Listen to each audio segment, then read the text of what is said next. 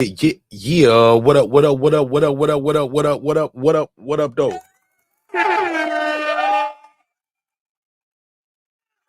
What's popping? What's happening? What's going on? How y'all feel? What's the deal? You're back on Lab with your favorite neighbor, your man Mark Nash.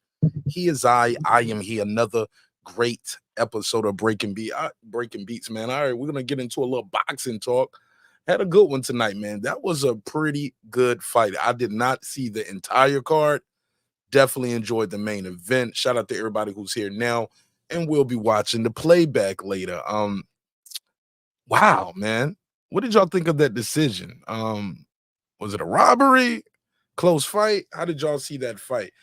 I thought it was pretty close. I'm not mad at Vergil being victorious and getting the nod. I'm not mad at that. I mean, I think the right guy won. Bohachuk did have a knockdown in the first, clearly. Had a knockdown later in the fight, too. Was that the 8th round? Is that the 8th round? Got a second knockdown? Definitely had a good round in the 7th as well. This was a pretty good fight, man. Damn sure hard to score this kind of fight. So we're going to talk about all of that and more on this episode. And I'm curious, man, very curious.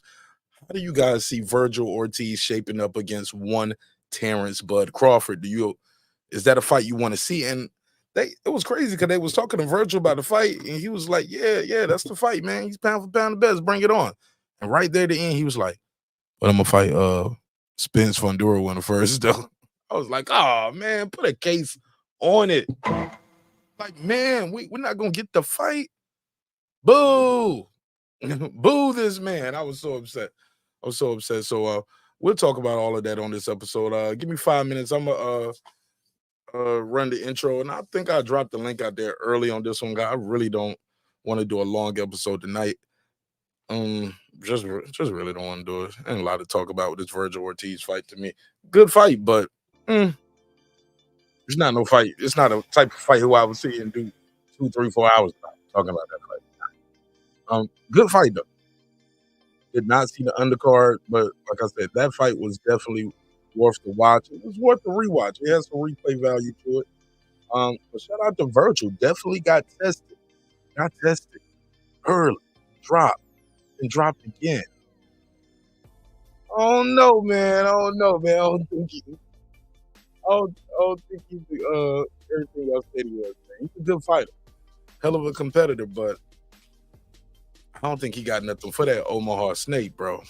I don't think he got nothing for that guy. That guy's just too slippery, too crafty, tricky in the ring. Terence Crawford. So we'll talk about all of that on this episode. Shout out to everybody who's here now watching the replay. Let's run the intro. Let's give people a chance to get this room populated. Let's get it. It's your man Martin Nash Breaking Beats. Let's talk about it. This is my passion. This is what I love to do. But some days, sometimes, I'm just like you, man. I hate this job. Damn, I hate this job. Damn, I hate this job. Damn, I hate my job. Damn, I hate this job. I'm just like you. Damn, I hate this job. Man, I hate this job. Man, I hate my job. From a good dream I wake, sun rays on my face, planning out my day, hoping this ain't the one that I catch a case. I feel so good, I feel so straight. My manager keep calling me saying, hurry up, you late.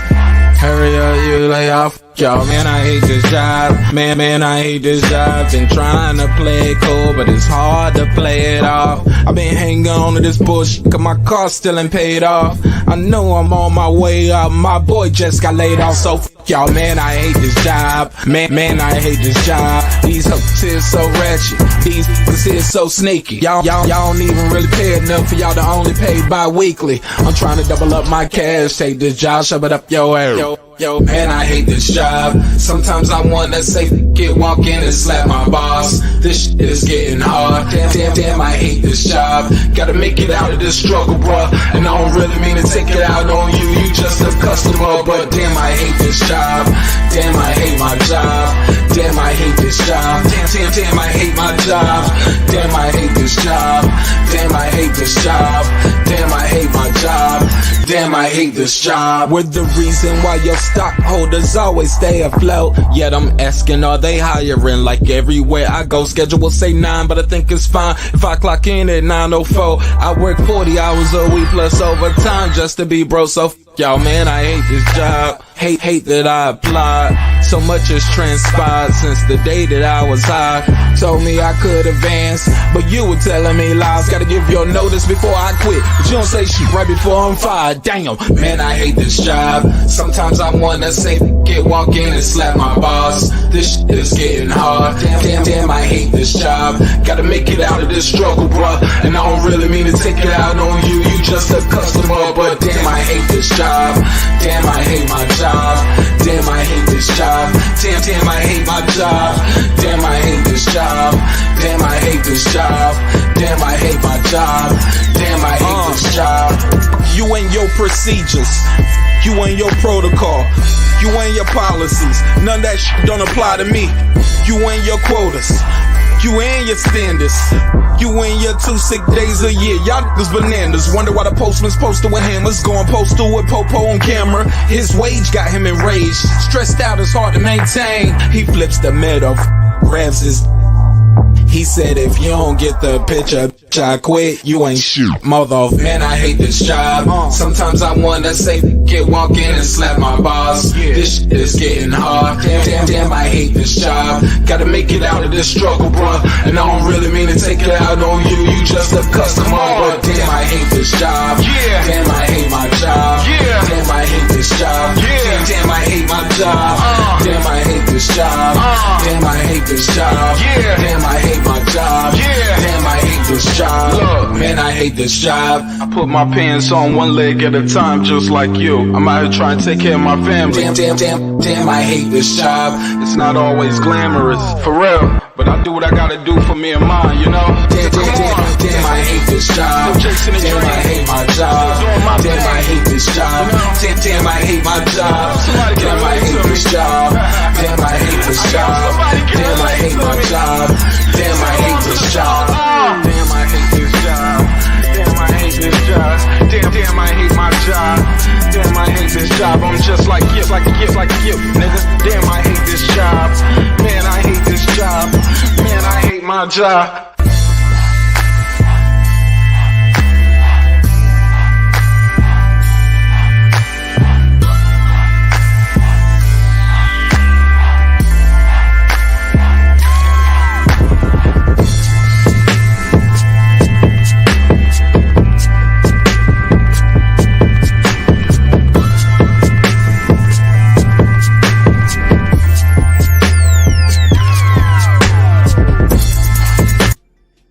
The views and opinions expressed in this program are those of the speakers, commentators, experts, and or the host. They do not explicitly nor necessarily reflect nor represent the channel's policy or the views held by the channel or broadcaster. The broadcaster or its channel cannot be held accountable for all or any views expressed during the program. Basically, if I didn't say it, don't come for me. You come for the person who said it. And please don't sue me for somebody else's words. With that said, let's start the show, motherfucker.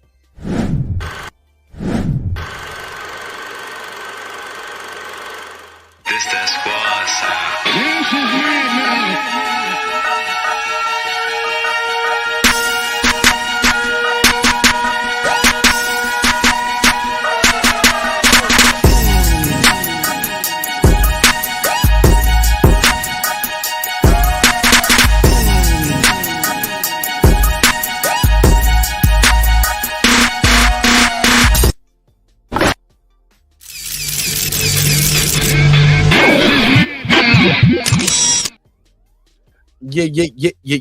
Yeah. What up, though? What's popping? What's happening? What's going on, man? It's your man, Martin Nash. All right, let's talk about it, man.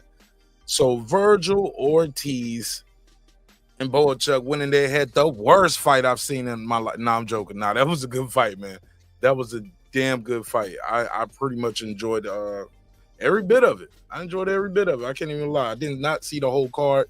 As I said in my opening statement, I only saw the main event.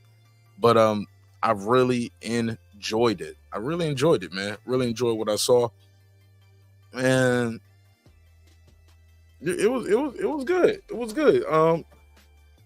But the question of the night is: do you think the right man won the fight? Do you think Vergil won the fight? I got Vergil. I think he did. I think he maybe did enough to win, but I don't think he got enough to beat that guy from Omaha.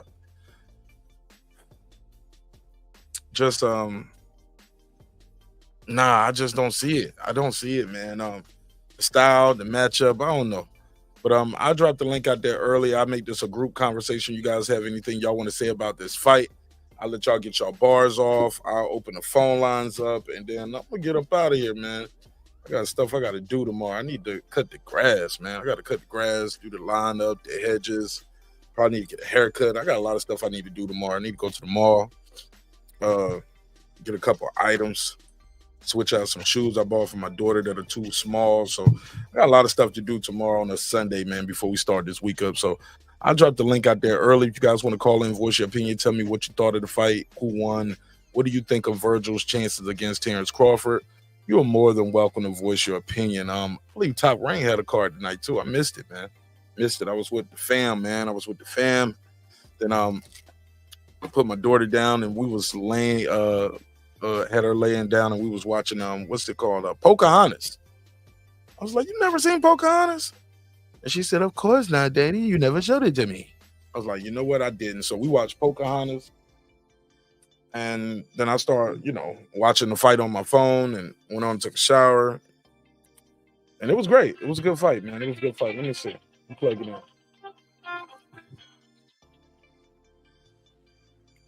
410, you got the flow. It's my guy Jerry from BMO. What's up, bro? Yay, Bjorch. Yeah. What's happening? Talk to me, bro. What you think of the fight? Man, that was a hell of a fight. Barn burner. Boxing needs fights like that. Yeah, chess match like we got last week. Yeah, I mean, there's certainly room for those too. But a fight like this is what casual fans, of course, are going to be brought to, and hardcore fans should appreciate it too, man. Those guys really fought hard. When the bell rang for the 12th round, I knew Vergil Ortiz was going to get that decision. Yeah. I'm an OG, bro. I mean, I've seen it a million times in boxing.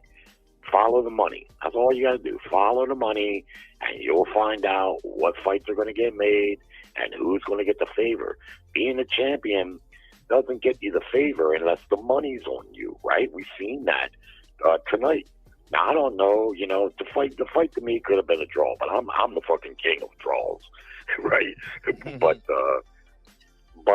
man, I don't know, man. With them two knockdowns, I don't know. His fight seemed pretty even, but there was two knockdowns for my man. And in case you haven't noticed, these Eastern European fighters never get the benefit of the doubt. And the reason they don't is because there's no money on them. You can't build no Uzbekistan fan base here in the United States. If you're Mexican-American, you can build a fan base. Puerto Rican, yeah. But these guys can't build no fan base here. So there's not only no money on them coming in, there ain't likely going to be any money on them. You feel me? Wow. Yeah, even Golovkin, HBO pulled a fucking ton of promotion in the Golovkin. He had 18 straight title defenses, all by stoppage. And he really never became a crossover type star. Nope. Nah. And they poured a shit ton of promotion. He would have had him fighting 4 or 5 times a year. He was doing his job and taking care of business, but still, those Eastern European fighters, that's part of the reason why they stay in the amateurs so late. Because if they came here and tried to start a pro career at a young age, like the fighters here do, they'd likely stack up losses in fights where they're in somebody's backyard and they probably won, but they won't get the nod. You know what I mean? So they got to be more of a higher level pro to even have a chance, in my estimation. A little unfair to them. Could you make a case that, what's his name, won, Ortiz? Yeah, I mean, you could. I mean, he fought very hard in a fight, But another thing I'd say about Ortiz, I've always liked him. He's an exciting fighter, but I always thought that he would welcome the chance to fight Bud Crawford. But a few things I heard him say in the lead up to this fight and what he said in the ring there, You heard the guy tell him, look, Turk was here. He's talking with your promoter. He wants you and Bud Crawford. And, yeah, he said, yeah, I'd love to fight Bud Crawford. Yeah. But before the interview was over, he says, I really want to fight Spencer Fondura. Yeah, he said, I got to fight him next. Yeah, he said he's going to fight the Spence Fondura winner next. Shout out to Mr. Golden. First off, what the fuck are you even talking about fighting Spence for? This guy got his ass whipped over a year ago. Lots of people, myself included, think he's totally fucking washed up. That fight between Spence and Fondura, I don't even think that fight's been made yet. And this motherfucker just told him, look, the Sheik, the big bag, man, is you and Bud Crawford. Did you not see Bud Crawford win the fucking WBA title last week?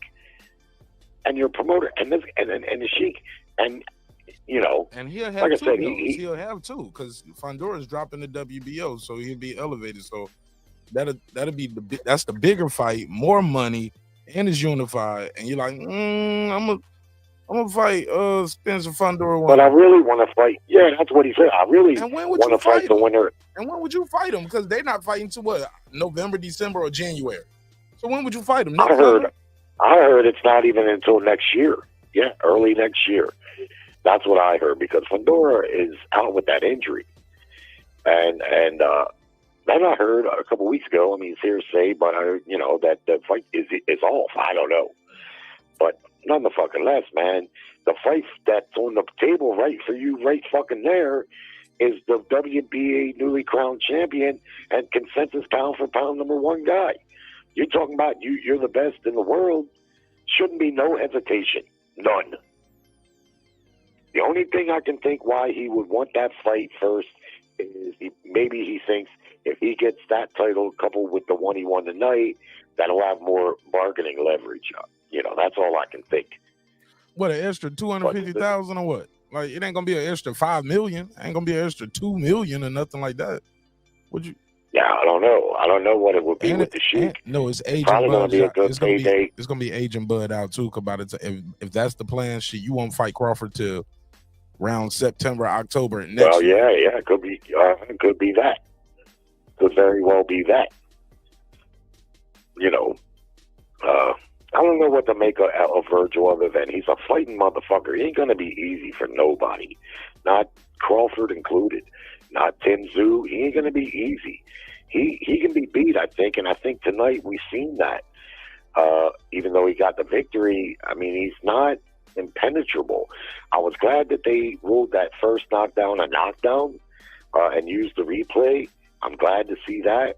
However, the second knockdown I do think was a slip, but it was so, the way it happened, you got to call it a knockdown. You got to. I was watching on the replay where his left foot does slip out from him. It's not a full slip like his leg swung. It just went out a little bit and he got hit right at the same time. And you notice when fighters go down from a slip, they go down real fast, like really fast. But typically they also get up really fast, which is just what he did. And I think that might have been a slip, but I understand, it's too close to call, especially in the moment.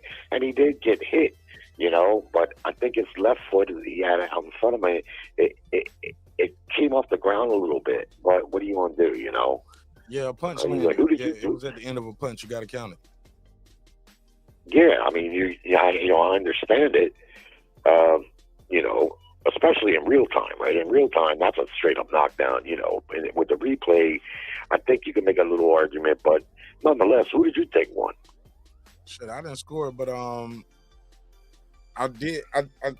When they changed that, when they gave homie that second knockdown, I said, all right, well, that's 4 points. Definitely won another round somewhere in between, so that'd be 5. I was like, all you need is a ref to find 2 rounds to get 3 rounds. Basically, with those 2 knockdown rounds, you need to find somebody to give him 3 rounds somewhere. I thought he got 3 rounds somewhere, but I knew they wasn't gonna give it to him, bro. Nah, they wasn't fixing to give it to him, man. He could have knocked him down another time. Probably still wouldn't have got it. As crazy as that might sound, But it's funny, man, because I hear people say all the time, I don't know why fans care about money. Why do you care about the money? Well, listen, man, boxing is a professional sport. They're fighting for money. boxing in particular. Why do you care about it though? Well, because I like to have a clue as to what fights might get made, and also, I don't bet on fights, but I'm just saying that's why fans talk about money. They do it in other sports too. In football, Lamar Jackson wanted a huge contract here last year before the season started, something like $260 million. He wanted it all guaranteed, right? Well, he was holding out. And guess what the entire fan base here in Baltimore was talking about? Lamar Jackson and that money. If we give them that much money, if the Ravens give them that, how they gonna pay an offensive line and protect them? How they gonna pay a good receiver for him to throw to? These are professional sports. Money is a big factor, and in boxing, it's the determining factor, right? This is why you see fights like, there's just many to choose from, but anyone who can sell a few tickets. Danny Garcia is about to fight Lara. Motherfucker is getting a shot at the middleweight title. Ain't never even fought at one fight at 54. Ain't never fought at 160. How is it that he gets that shot? Oh, you talking about Danny? And he been right. Yeah, not that he's in a box office guy, but he getting that shot. I think that's a voluntary for Lara though, because Lara just fought as mandatory, so Lara chose to fight him. But even still, I get it though. 2 years out the ring, bro. You getting plus he's ranked in that. He's ranked in the top 10. In that division. That's what I'm saying.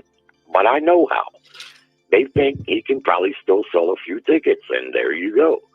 It's been played out a million times in boxing. So, people say pocket watching. Well, for me, pocket watching is if you say, why'd Mayweather buy another Ferrari when he's already got 10 or 12 of them? That's pocket watching his personal money. But when you pay attention to the money in boxing, as far as, for the reasons I'm talking about, I don't see that as pocket watching. It's just, it's a big part of it. It's the determining part, really. And the titles, they're just a caveat to get to the money.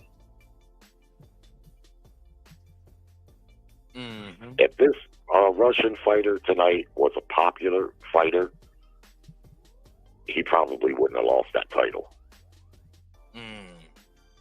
Oh no, man. He was still getting the beats put on him, though. He didn't get dropped, but he looked hurt more than those knockdowns hurt Vergil. Like that second knockdown, it was funny because Vergil got up and said, no. Yeah. I'm like, yes. I truly believe well, that's what I was saying, but I truly believe he did slip there, but the second one? It doesn't matter. One? Yeah, the second one, boom, caught him right on his chin, off balance while he was throwing the punch. Caught him clean. Well, but if you look at it, his left foot comes off the ground in a manner that like it lost traction. It wasn't him raising his foot. It just like went out from under him, but it wasn't like a full slip, like whoops, like your leg goes way up in the air. And sometimes that's all it takes, but you got to call it a knockdown because he got hit right at the same time. And so down he goes, you got to call it a knockdown. Didn't it make him mad or what? He got up and went crazy on Bohachuk. Well, you see how quickly he got up. That's another thing. Like I say, when it's a slip, a lot of times they get popped right back up, or literally right back up. Another example guys pop up quick too, Jerry, just to try to have people think that they're not hurt. Like we seen guys pop up and then start looking like Zab Judah versus Cosby too. Yeah, that's true. But you remember when Golovkin fought Danny Jacobs, right? Golovkin scored a knockdown early in that fight. And it might have been the deciding point in the fight because the fight was very close. But when he hits Danny, he's going into him. He hits him with a couple shots, and they weren't that big, but he falls into him at the same time. Lots of body contact he made falling in. And Danny goes down, and you see Golovkin, he looks at the ref like, hey, can I get that? And the ref was like, yeah, you got that. He gave him a knockdown, and of course, in real time, of course, but you see Danny Jacobs got right up. His eyes were clear as a bell. He wasn't hurt, That knockdown technically was from body contact if you watch it real close, at least in my estimation, because I seen what happened. He fell into him, and that made Danny's foot come out from under him, and with all of Golovkin's body weight coming onto him, it just put him, knocked him down. But it just so happened to be a punch land at the same time, right? So you hear, when something like that, it's understandable. What can you do? I mean, it's real time, but like I say, I was glad to see they used that instant replay on the first one. Hold on. I'm gonna add somebody.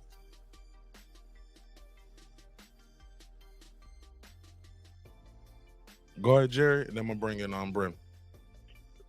Nah, let Brim talk. No. Finish what you were saying about the knockdown. Nah, I mean, I was glad to see they used the instant replay because they got it right. That was a knockdown. I mean, both of them were very similar in that he went down very quick, they got up very quick. But in the old days, they didn't have instant replay. That's a knockdown. If the ref don't rule it a knockdown, it's not. And you would think if the fight was being judged fairly, that would make a difference. A knockdown in a tight fight like this, knockdown should make a difference. That's why I don't know. I'm gonna watch it again.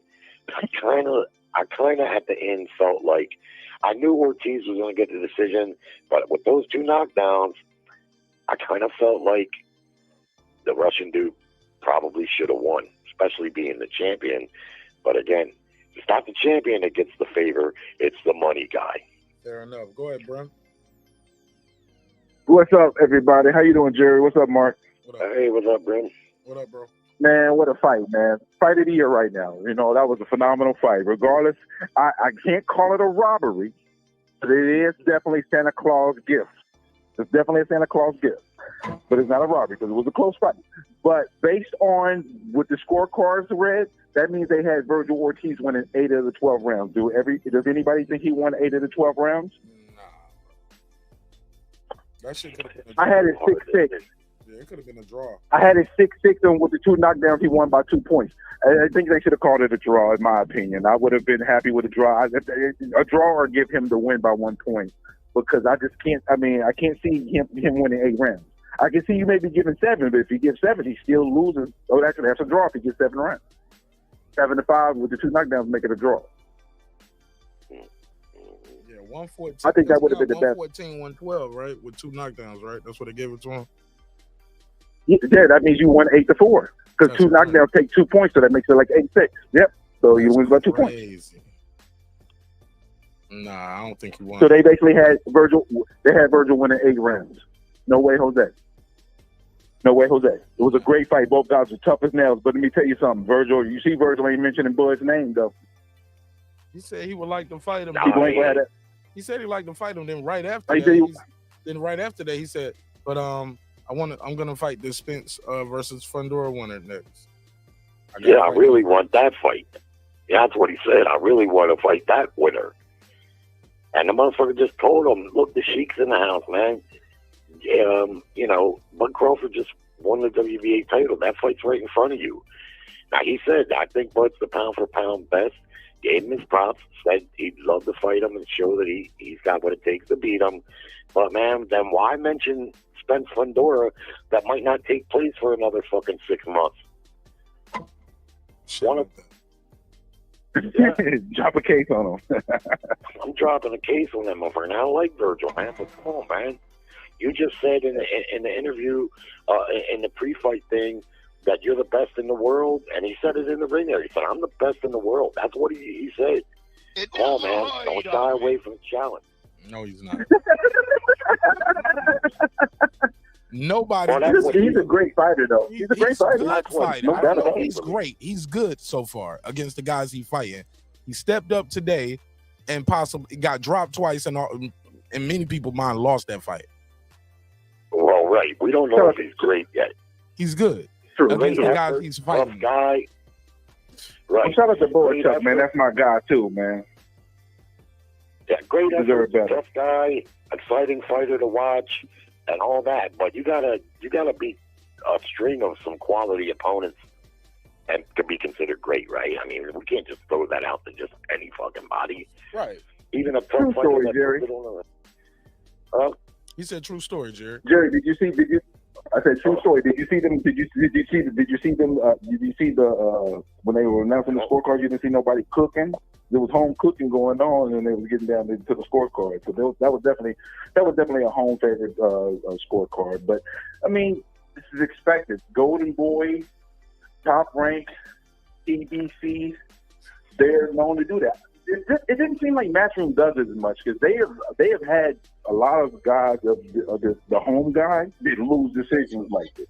But it seems like Top Rank, Golden Boy, and PBC, they tend to do a lot of home cooking for their guys. You know, they just Golden Boy, but Golden Boy is like notorious though. You know, like notorious. Man, but it was a heck of a fight though, regardless, man. Over those guys. It was. Fight of the year so far, I agree. Hands down, really. And that's not. Y'all see the Lopez knockout though? Did y'all see that knockout though? My God. The co-main event. No, the Top Rank. Oh, the Top Rank. Oh no, I didn't see. I didn't know Top Rank had a fight card tonight. I caught the last 2 rounds and I caught the knockout. Oh my God, that was vicious, man. Oh. When I get a chance, I'll go back and check it out. I missed the co-main. Middleweight, man, that dude scored a fucking vicious body shot KO in the second round. Charles Conwell. Oh, what? You know who he is? Oh, Conwell got the knockout? Knockdown? Oh, okay. Yeah, Conwell's pretty solid. Yeah, I missed that because, I'm in work. So, but I just wanted to pull up for a hot second, give you my viewpoints. I'm going to be listening in the background, rocking it with y'all in the chat. If I get a chance to pull back up there, because I'm a little busy, but I appreciate you guys. Number love for all the boxing fans. Let's rock and roll, baby. All right, man. Sure. Hey, Brim, before you go, how you think Ortiz does against Crawford? Knockout. He gets knocked out? He goes to sleep. Absolutely. His defense, he has too many holes in his defense for somebody that is a precise puncher like Terence Crawford. He's going to be open for some shots, man. He got great power, but nah. I don't think he makes it, man. But it'll be a good fight, though, as long as it lasts, Yeah, that's what I think. Probably be a barn burner of a fight. But you got to favor Bud Crawford. I mean, he's got to. You got to favor Bud in that fight. But I think we got to consider that Bud is getting older. He doesn't look to have slipped really. Vergil is very fast, and he throws a lot of power punches. So I don't see him being easy for anybody. Plus, his chin is real good. He took some fucking murderous shots from that guy tonight. Yeah, true. But the thing is, though, the one thing about Terence Crawford, though, when you throw all those punches, you're dealing with a counter punch, and you're leaving those open and holes, and those shots that you don't see is the ones that put you out. And he may not punch as hard as some other people, but he's so precise when he lands those shots. And if you can't see it, it puts you on the floor, and you're like, damn, I'm going to get it. Yeah, he's a sniper. But that's what I call him. He hits you with, you might do good for 11 fucking rounds, just like Benavidez did pretty good. But then out of nowhere, bang! And that was all she wrote, Gilbrook, he was kind of holding his own. And then just he was holding his own. His jab was a problem the first 3 rounds, bro, for Butter. That's why he had the little hard jam he did. He hit him with that little half-hook, half-jab, and it was a wrap. Yeah. Yeah. But you said Terence is getting older, but you got to remember, though, man, when you take care of your body will take care of you. And, people say, oh, Bud must be falling because the Madrimov fight. But you got to remember how Madrimov fought, how defensively, how different he fought than he normally fought. You know what I mean? That anybody that fights Bud, are they going to change their game plan to be the hang in there, or are they going to be who they are? You know what I mean? You not to let you know how good Bud is.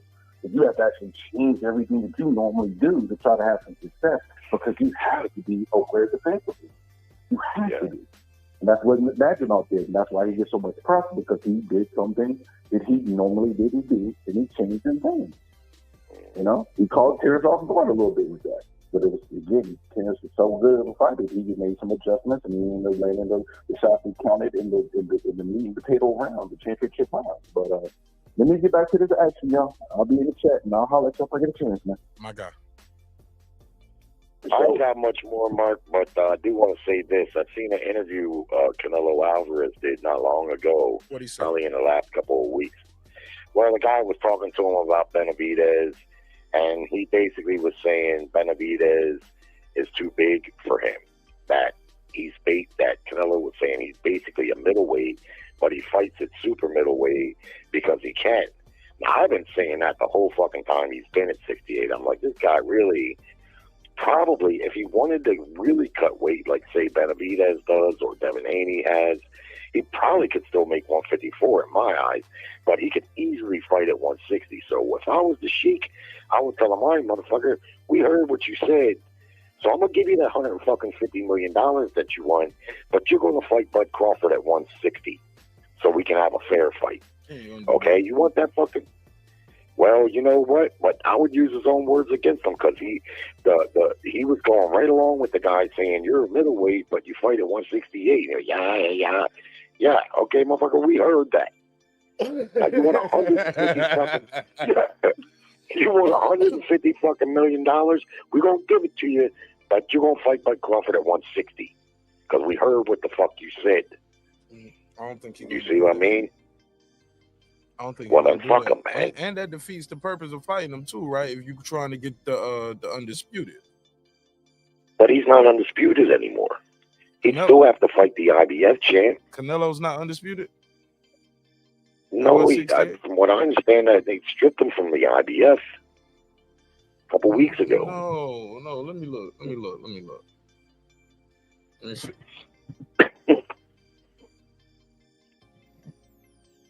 Yeah, that's what I would tell him, man. Otherwise, you can walk, man, because let's be honest, 54 is a pretty good fucking division. There's some good fights for Bud Crawford to be made there. Perhaps he could unify all the titles at 54. Wow, the WBA and the IBF is not on the line. Oh my God, he's not undisputed. Where's the? You don't have the WBA either. When did he lose the WBA belt? Well, this can't be right. I didn't hear that one. This can't be right because this can't be right because when he fought John Ryder, he was still undisputed. When he fought Jamel Charlo, that was undisputed on the line. Well, the Munguia fight was undisputed. Yeah, and they don't have all his belts up here for that neither, so that could be a mistake. Something is wrong over here. Well, the WBA, I haven't heard that, but I did hear that they stripped him from the IBF for not fighting that dude that he was supposed to fight. Some guy, I don't know who. I thought that dude took the step aside money. Well, perhaps he did for the Munguia fight, but maybe he didn't for this upcoming fight against Berlanga. This the one. Huh? This the one he took the money for. But I'm telling you, bro, I don't think he has all four of the belts anymore. I think the IBF stripped him. Let me go to the You didn't hear that? I heard they was trying to back in July, but it looks like I thought they let him keep it. Let me see right here. Nah, I'm just okay. As damn, they ain't updated their website. Okay, that's when he won. Oh yeah, they still got Canelo as the super middle champion over here. Where the fuck is Turo's ass when you need him? He usually knows about shit like that. I'm looking at their website. I know about it right now. I'm looking at their website. I can share the screen. Yeah, they got him right here. Canelo's still the champ. There we go. Go back to super middle. Ratings. So wait. Super middle. Champion, Canelo Alvarez.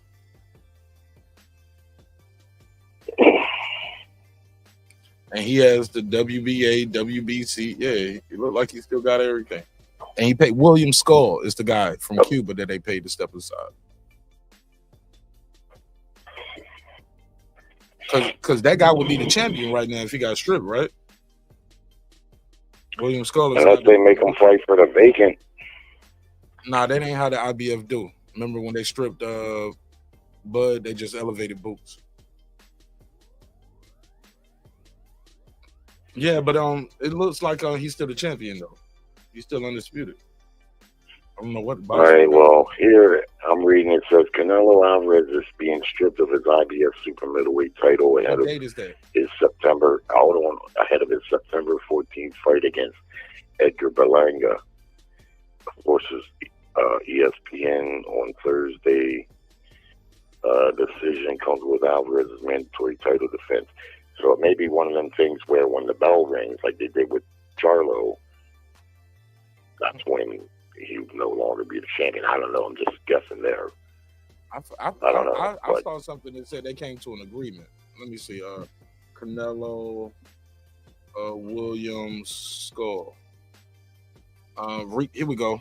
Canelo Alvarez reached an agreement with Williams Skull. This is after he was the mandatory challenger, so Canelo wants to fight someone else without vacating. He has to, so they made a deal.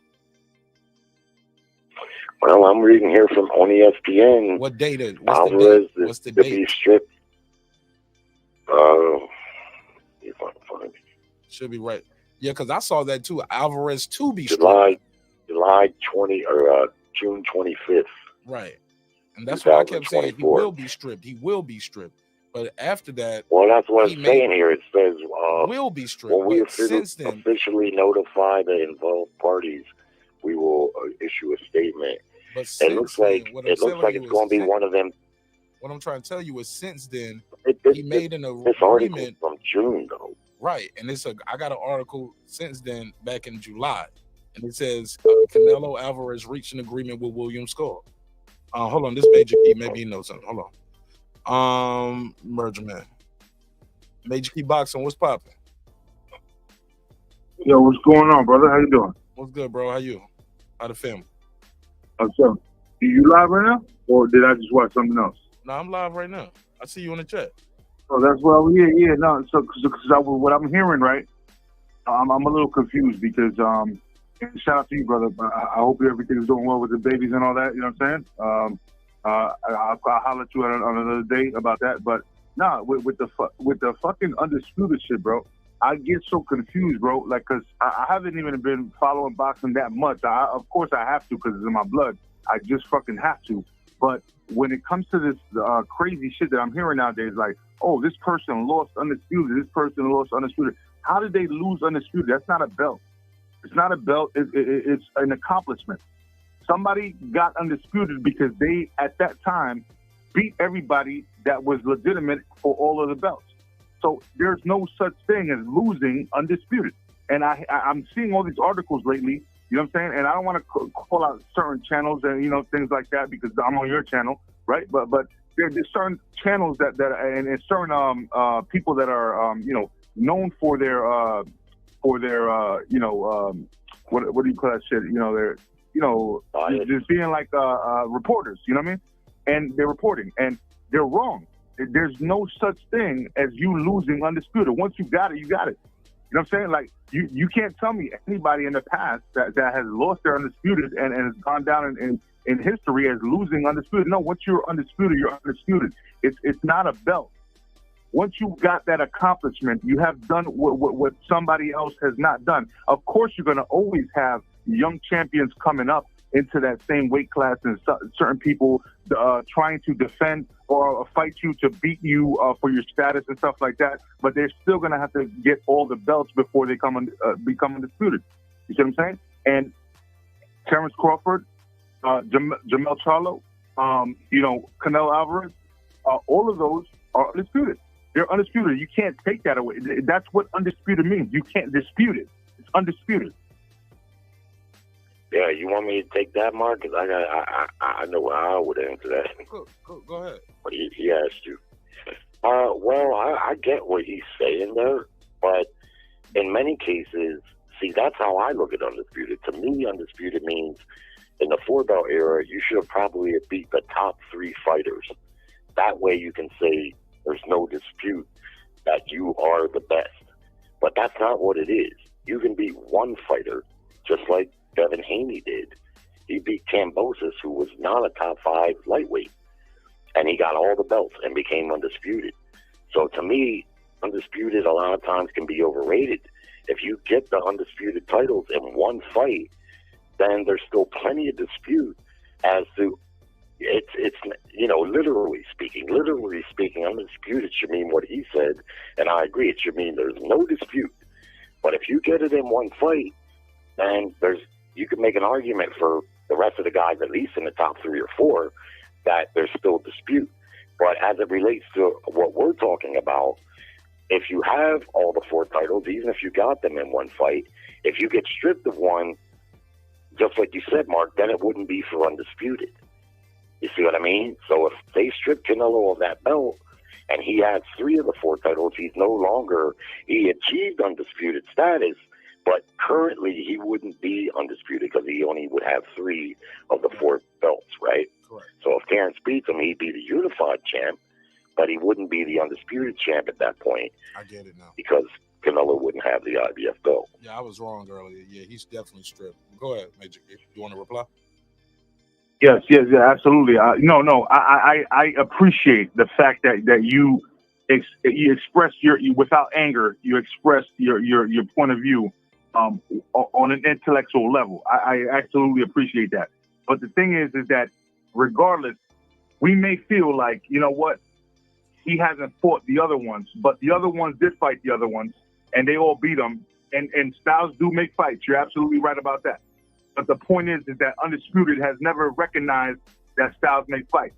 They just recognize. If you go back into the history, it is what it is, right? If you beat the best of the best, you beat the guy that beat the guy, and you're undisputed, it is what it is. So we have to keep everything. We have to keep everything in correct nature. Will always be considered.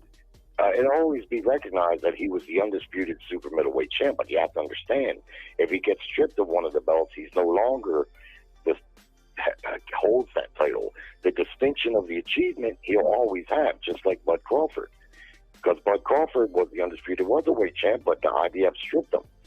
So, but the IBF or the W. I'm sorry. I do apologize. I know Mark doesn't like that. I cut you off. I'm just saying. I agree with what you're saying in theory, that the achievement, of course, the achievement is something that can't be taken away, because once you achieve undisputed, even if you got it in one fight against a guy that might not have been top 5, doesn't matter. If you want them, then the achievement is yours, and it's always yours.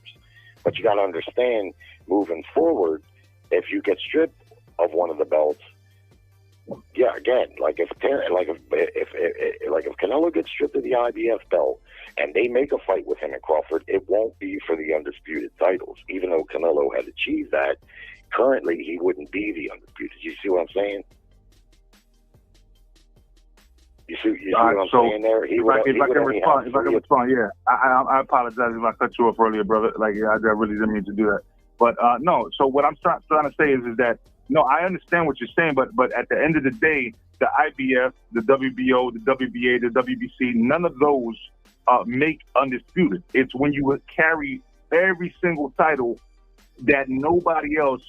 There's no other division with a top titleist opponent that can confront you and say that they are better than you. You've already defeated them. That doesn't leave. Tell me one person in the past that you can take that away from. If they were undisputed, they were undisputed, and they go down in history as undisputed. That's it. You know what I'm saying? Like the boxers of the past, you're not going to take away their accolades and say, oh, they weren't undisputed. They lost the undisputed. No, you're not going to say that, because they had undisputed. They were undisputed. That's it. They were the first ones. You know what I'm saying? They were the first ones. You can't say that these people have lost those accolades. And that's what I'm saying right now. Like right now, just because, IBF doesn't want to, take away the belt and say, oh, you know what, you no longer represent the IBF. It doesn't matter. So they're not an IBF champion anymore, but they were still undisputed in that division. You still have to beat them. You know what I'm saying? Yeah, you might not get that IBF. You may still have another challenger in the IBF. That's your problem to become undisputed in that weight division. They already were undisputed. That's what I'm saying. The thing is, though, you want to give it a shot, Mark? If you beat them, though, you're not the new undisputed champion. You'll be a unified champion. That's true. That's based on the belts. Because that is correct. But the belts is what makes you undisputed. Yeah. because I mean, that's for what I'm saying. example, Yeah. So having all 4 belts at the same time. Once you lose one of those belts or stripped of one of those belts, you're no longer the current undisputed champion. Reigning, defending, unified. Yeah, you're unified, yeah, but you're not the unified, current right? reigning undisputed champion. What's up, Bo? Let's see. Let me let Bo take a crack at this. What's up, Bo? Hey, what's going on? Go ahead. What are y'all discussing? Undisputed? We'll come back to it, I guess. Yeah, because I mean, I don't know what the hell going on. I came in the middle of y'all, what y'all was going over. I mean, Let's spin the block. Go ahead, Major Key. Yeah, no. So again, what I'm saying is that look, you can be right. Here's the thing. Right now, if I beat everybody in my class, what you expect me to defend undisputed until the day I die, till 96? You know what I'm saying? If I live to 96, no. It's right now. Whoever, as long as you're still fighting in that division and you have all the other, you get what I'm saying? No, I hear you, but you've already accomplished it. You already accomplished it, and he's actually right now already accomplished it. And what he's trying to do is now he's just playing for money. Let's be honest with you. You know what I'm saying? Like you know, he's just playing for money right now. He's obviously saying that out and vocal, and there's no problem for that. That's what Floyd Money Mayweather did himself. You know what I'm saying? He's just playing for money right now. He's already feeling accomplished. He's happy. You know what I'm saying? He already did what he did. It wasn't as accomplished as far as 50-0 and shit like that. But he feels happy that he's undisputed. You know what I'm saying? In a couple weight class, so he's good. He's happy himself, and that's all you want as a boxer. He's leaving with minimal damage to himself. We can only tell with time, right? But he's happy. But what I'm saying is, as far as the fact of the you know what I'm saying, undisputed. The undisputed is something you accomplish. It's not a title. There's nobody that gives you that. It's just literally like you already accomplished that. You can beat everybody that was worthy of beating in that weight division. You're missing the point. You're missing the point. Devin Haney didn't beat all the top fighters in the lightweight division, but he still was the undisputed champ because he had one title and he beat one guy who had the other titles. He didn't beat all the fighters in the division at that point. That's always been my argument with undisputed. And what you said initially is it should mean that there's no dispute. But when you get it in one fight, you can make plenty dispute that technically you aren't. But if you collect all the belts, technically you are. So the achievement, the accomplishment, which I think is what you're saying, can never be revoked. Once you become an undisputed champ, history will always record that Bud Crawford is at least at this point, a 2-division undisputed champion. No matter if he got them all in one fight, no matter how he got them, he got it. But moving forward, you got to understand, like I just said, and I'll say again, if you get stripped of the one title, you're no longer the active undisputed champion. Because that's what makes you undisputed, is collecting the belts. You keep saying the belts don't make you undisputed when that's exactly what makes you undisputed. It's collecting all 4 of them. But if you get stripped of one, you're no longer that active. You see what I mean? So again, if Canelo gets stripped of the IBF and him and Crawford fight, it won't be for the undisputed title. Right. Even though Canelo had achieved that, currently, actively, he wouldn't have been that. Fair enough. You see what I'm saying? Yeah, we could table it there. Major Key, did you see the fight tonight? Did you think Vergil won? Did he get exposed? What do you think of him facing Crawford? I personally, look, man, that was a close ass fight, but I did think that the other dude kind of edged him out, man. But I can't get mad. I'm not saying that it was a robbery or anything like that. You know what I'm saying? It was a fucking close fight. You know what I'm saying? But you know, usually when you get 2 knockdowns, the other dude wins, right? But it was a fucking close fight. I'm not gonna lie to you. You know what I'm saying? So I was kind of like with my hands up, like I didn't know what the fuck I was gonna deal with the decision, and I apologize for the cuss words and stuff like that. But you know, because I know this is a family place, right? But I'm just saying, like, you know, we ruined that a long time ago, Major Kid.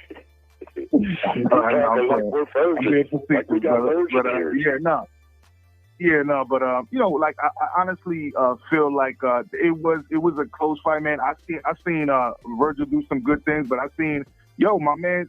I never even watched this dude fight. To be honest with you, man, I heard of him, but I never watched it. I told you, like ever since like I left the game here on YouTube and stopped reporting on stuff. I really haven't been watching that. I just watch whatever I'm interested in watching. You know what I'm saying? And I really didn't know this guy like that. And when I went and watched it, I was like, damn, this dude I knew Madrimov because I was calling out Madrimov's name back in the day. Like, you know, I knew he was a tough competitor. I was actually calling him out to be one of the top dudes at 154 with him. Joey Spencer, I don't know if you remember Joey Spencer, even though he got beat up by Jesus Ramos. I was calling them out. I was him, Xander, and Joey Spencer. You know what I'm saying? You know. But, Madrimov is a tough dude, you know what I'm saying? So I knew that was going to be a tough fight. So I'm not surprised about Bud, you know, dealing with that last week. But with this fight, yeah, man, like I was surprised. I was kind of surprised. I was like, damn, man, like I don't even know who this cat is, and he's coming through, you know? So, you know, so I didn't want to like take nothing like just because I was surprised. I wanted to be like, you know, objective with it. And I looked at it and I was like, man, this is a close fight, man. So I really couldn't. I wouldn't be mad if it was a draw, and I'm not mad if it goes one way or the other by one round. You know what I'm saying? That's all I could say with that fight. For sure. So you got Vergil or Crawford? Oh, Crawford all day, man. Crawford is a little too skilled for that dude, man. All right, look, what's up, Bo? What's good? It was good. Did you think it was a robbery? Good fight? Or what? I thought the fight was a draw, personally. I just thought Vergil wanted it more in the championship rounds. I thought the championship rounds was what pulled to the draw, man. Like, Bohachuk should have, I know he wanted to slug it out a little bit more, man, but I thought he should have just, you know, get his way in there. And then, you know, the knockdowns that he got on Ortiz really helped him out. But, you know, it was a close fight. I don't think it was a robbery, but I have it a draw, my personal opinion. How you like his chances against Crawford? I guess Crawford getting older and stuff, it might make it competitive a little bit, but I still think he'll come up short.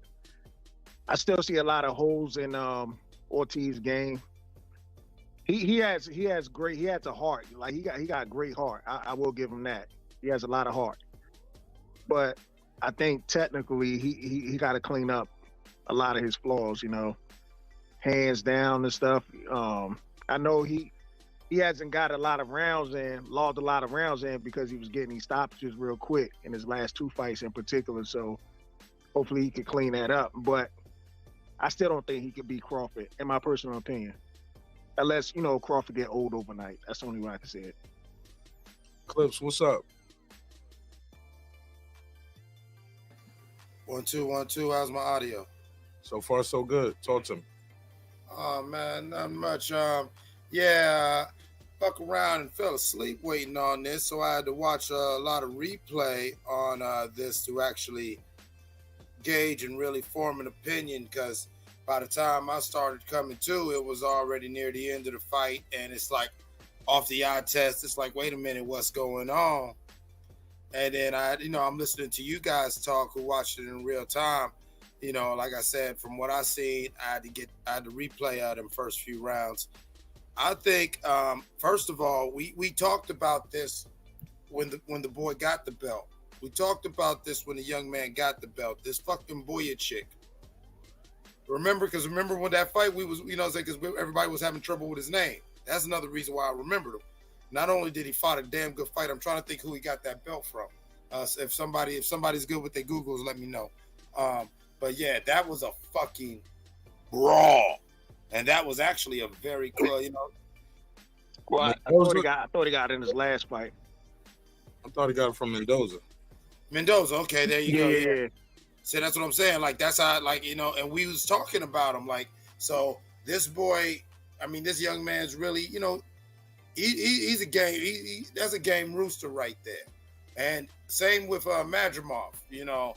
And that goes to the beauty of 154, which we talked about for something else we talked about for close to 2 years as far as fighters going up.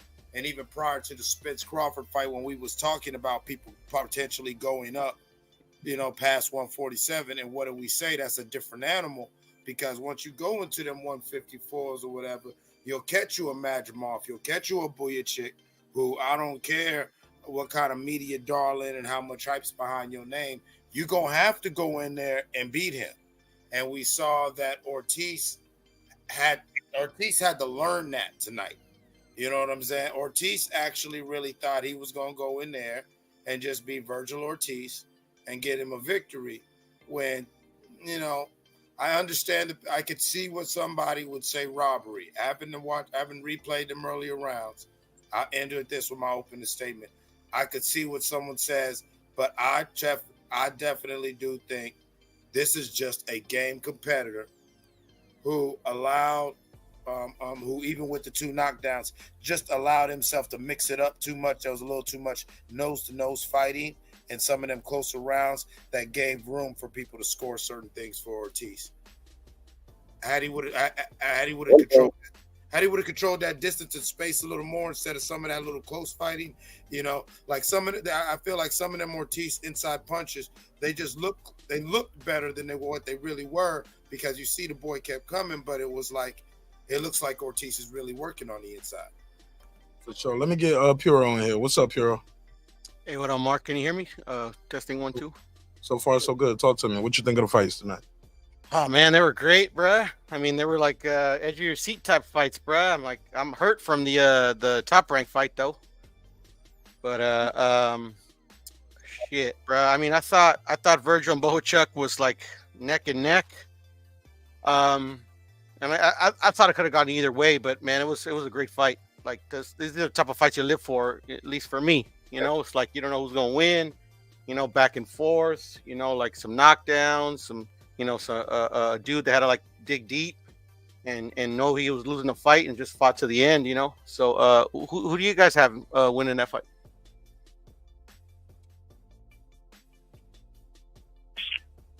Which fight? The Vergil and Bohachuk. I scored it a draw personally. A draw? Okay, I'm not mad at that. Yeah, one of the judges had it a draw. I kind of felt like the fight was basically even, with the 2 knockdowns being the difference maker. That's what I thought. I kind of felt like the Russian guy edged it with those knockdowns. Otherwise, I think it was pretty even. One thing, Vergil Ortiz, the biggest hole in his game that I see, he definitely gets hit. That's probably always going to be an issue for him because of his style. But I think part of the reason why he gets hit so much is not just his style, is he loads up too much. He throws every punch like he's going to score a knockout with it. And he's got very fast hands, and I wonder, why doesn't this guy do any combination punches? Boxing fundamentals, start with the speed and end with the power. You start with the speed, you blind your opponent, then you can really load up on that power shot and have a really good chance at landing it. He fights with a little too much heart, I think. He almost had to pay for that tonight, late in the fight, because the Bohachuk, his power is not so much inside, it's at the end. He has long arms, and when he gets you at the end of that punch, kind of like Tommy Hearns, that's where his power is. I didn't feel like too many of the side shots was really hurting Ortiz, but it was the ones where he could extend.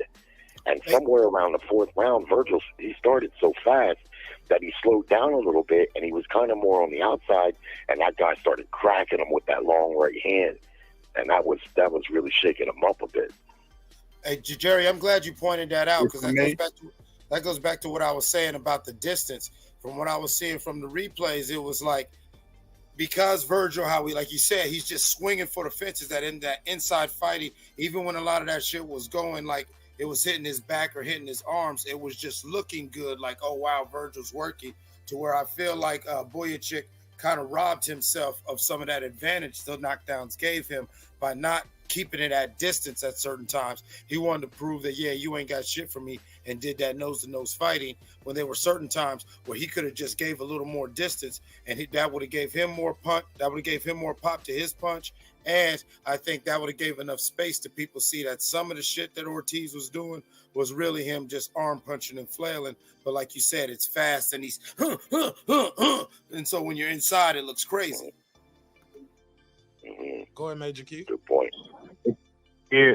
So I mean, I agree. So I've been on record saying, right. So with Vergil Ortiz, I believe that I've always said that he looks like a dude with a temper tantrum, right? Like, and when he got a temper tantrum, he's dangerous, right? But the thing is that we need to focus more on his trainer, because Robert Garcia also like really trains for that. It's just like come forward and this and this and that. Even though he was given different directions in the corner, but because I heard the directions in the corner, he was telling them, yo, come like this, come like that. But it sounds great in the corner. But at the end of the day, if you've been training them since day one, just come forward and just bang it out and just, life or death all the time, then that's kind of what they're used to. You know what I'm saying? When they get in the ring, life or death.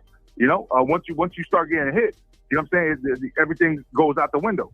And so I feel like it's more, it has to do with more that this is somewhat of his style, and then his trainer has supported that. And unfortunately, he needs to work on, like, he's not going to be the Terence Crawford, man. He's not going to be, he's got power and stuff like. He's not going to be the Terence Crawford with that type of style, bro, because it's predictable. He's going to get angry. He's going to come forward, and Terence Crawford is going to use his own anger against him, and that's facts. So that's what I say about that.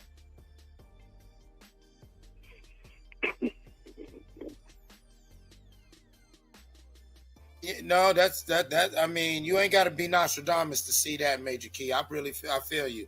Like, especially after watching this fight, when there were, you got knocked down twice. There are several times where Bohachuk, is on his neck, and you would think he would do something different, right? But no, this is who he is, for better or worse, and that's what got him here. So, and like you said, once you're getting punched and, the muscle memory starts kicking in, you dance with who brung you. And I like that. He's a temper tantrum fighter. Because, no, there are moments where he's like Trey when he walked in Nia Long's house, saying, after punking out. Saying after Rick got kid, just flailing. But, it works for him. It works for him, but that's the thing about gimmicky fighters. It works until he doesn't. And I just want to segue because, like I said, I did fall asleep waiting for this. And so some of the end of that Lopez fight at the top rank, I missed the end of that. Somebody let me know. You missed it, bro. I'm going to watch that fight tomorrow. I'm going to watch that fight tomorrow. Yeah, I missed the top rank card myself, bro. Yeah, that top rank card was what I was watching the whole time, going back and forth between that and UFC. And it was actually a very entertaining card, in my opinion. And I was really hyped to see what Lopez was doing. But Puro, you seen the card, them lulls in between the fights. Like, we got to stop this shit, people. All right, we don't need Eminem concerts and all this crazy shit. I don't need 20 and 30 minutes in between each fight because nigga be high and I be forget I'm watching. Yeah. You know what I'm saying? I'd be like, what the fuck am I watching? You sound like a hardcore boxing fan. That's how we think. And I agree with you. However, you know why they're doing that. They're trying to attract casuals who may want a little bit of different entertainment. Us boxing fans, we don't need that. But I understand why they're trying to incorporate some of that. And in the big picture, I think it may be a good idea. They just got to figure out a way to format it so it's not so lengthy, because that Crawford card, that shit went until like 2 o'clock in the morning. Bro. Jerry, they did not enter the ring until 1 a.m. I will not stress that. I've been all over social media. Listen, man. Anybody east of the Mississippi.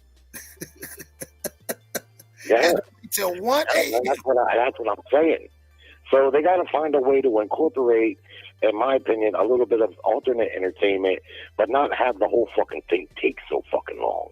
Because I read, when I ordered Bud's fight last weekend, they said the ring walks, the main event fighter is going to enter at 11:30. At 1 o'clock, I'm like, where the fuck are these? Where are they at? The shit went way too long. I agree. But I do like the effort to at least try to attract the casuals, because let's be honest, that's what it's going to take to get boxing back to where it once was. I gotta disagree on one point, y'all. Unfortunately, we see too many fucking robberies. I'm not saying tonight was a robbery. I'm saying like we see too many damn robberies on a regular basis, year in and year out. Bro, we'll sit here and say this was a great fight. It's not a robbery. Next week we'll be like, yo, that was a fucking robbery. You know what I'm saying? It's too much. This is one of the reasons, man. I love the sport of boxing, man, but I can't even like report on it no more, man, because I'm so pissed off about this shit, man. I got kids, I got a life. You know what I'm saying? I'm so pissed off about this shit all the time, man. I get too angry. I'm like, bro, I can't even like to report on this because I'm so pissed off. Like, you know what I'm saying? Like, how can I tell people go, support this channel, go support that channel, go buy this and go buy that? You know what I'm saying? When at the end of the day somebody got robbed.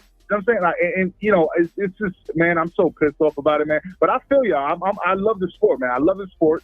I get it. You know what I'm saying? But I'm really pissed off right now, bro. I'm really pissed off. We all get angry with the robbery. Major Key, I feel you, Major Key, and I'm with you, man. You know what I'm saying? Sometimes I wanna punch the wall too when I deal with boxing.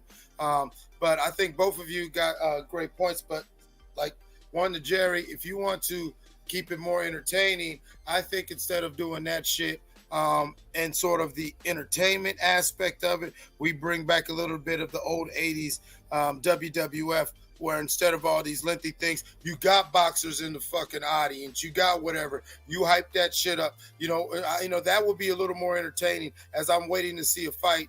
You know what I'm saying? We do more of them. Hey, I'm gonna go out to the crowd and interview this person, even a couple stage shits where they know that's why the nigga came to the fight, was because he knows in between the third and fourth fight, yeah, they're going to give me about 10, 15 minutes to pop off or whatever like that. And we keep it about the sport, the car giveaways. And I get that, bro. But the problem is, I'm going to just keep it short. I don't even think the Eminem concert was the problem. The problem was, okay, we want to induct Turkey into the Hall of Fame. We want to give him a belt. We want to give him a plaque. And then, matter of fact, Turkey was like, you know what? And we're going to give away a car. And we got to wait for that guy to walk all the way down from section 400 all the way to the ring just to take a picture with, like, that right there before the main event held everything up. But then again, I think the delay from what I was hearing was the glove shit with Crawford. While he was hitting the bag, hitting the mitts, the glove split again. You get what I'm saying? That he got from Madrimov. So that's part of the reason for the delay. Because once those gloves split, they got to come off. And now Madrimov's team got to walk over and watch him put these gloves on again. You get what I'm saying? And get them taped up. Insightful. I didn't know that, Mark. Thanks for sharing, brother. I didn't know that. That type of thing has happened before. Hey, I just want y'all to know that that was Madrimov glove that split. That wasn't Crawford glove that actually split. It was actually Madrimov glove that split. The gloves that he got from Madrimov. Right. Yeah. Oh, shit. I didn't even know there was a glove game involved with this, bro. Because I know a lot of people on the spin and make it seem like that was Crawford owned gloves and they're gonna start this glove gate. Yeah, exactly. Clear that up. Thank you, Bo. Clear that up because like there's guppies and butter. Crawford's team didn't like the gloves that Madrimov had, so they ended up wearing the same Grant gloves, right? That he had. And according to the commission, after 2 minutes later, those gloves split. So he had to get another set of gloves from them again. And they have to walk over. Like, all of that shit is a process because now we got to watch you put them gloves on again and take everything got to get marked off and shit, right? Yeah. Signatures on it, yeah. Yeah, no, I'm glad you brought that up, and thank you for the clarification, Mark, because, when you think about it, when you actually just step aside, put your emotions aside, like you're saying, that whole process is damn near to 10 to 15 minutes per glove at the fastest. Yeah. But with Eminem, my point is there with him, I don't know shit about rap or Eminem, but he's a popular rapper, and this will draw casual attention. Henry, what you're saying, I agree with, because as boxing fans, we'd rather hear them go out in the audience and interview one of the other fighters because we know who they are. We're interested in what they want to say. But just a general sports fan who may be watching they're not going to know who that is, and they're not going to care. They're going to be bored by it. I know that casual fans, unfortunately for us hardcore fans, it's the casual fans that move the sport. It's their involvement that actually puts boxing back in a popular place, and I feel like they got to find ways to bring the general sports fan back somehow. I'm not sure that's the answer, especially if it's going to fucking lengthen things. But like Mark, as you're pointing out, that probably is what lengthens the main event. But it's also, when the fighters, you see them in the back warming up, a lot of times, I don't know if they're told exactly when they have to come out, or they can say, look, well, I got wrapped late, I need 15 more minutes, I'm not warmed up. I don't know, because it seems like sometimes they go right to the next fight, and then the next fight would take 20 minutes. You know what I'm saying? Yeah, Jerry, that's what I'm with. Like, they need to work on the timing of it. Like, as somebody who used to throw events and shows, like, you're going to have your breaks and lulls. And Mark, you can feel me this as a DJ. You feel what I'm saying? Like, you've got to really have plans for that ahead of time. You know what I'm saying, Mark? Have you ever DJ'd for an event where you knew you had, all right, your little high points and your bullet points, we got to get this in, just how you do this show. And you have in your mind already. And it seems, and you could tell that, Turkey's team from the Bud Show, they're still filling it out. And I have confidence they'll work it out.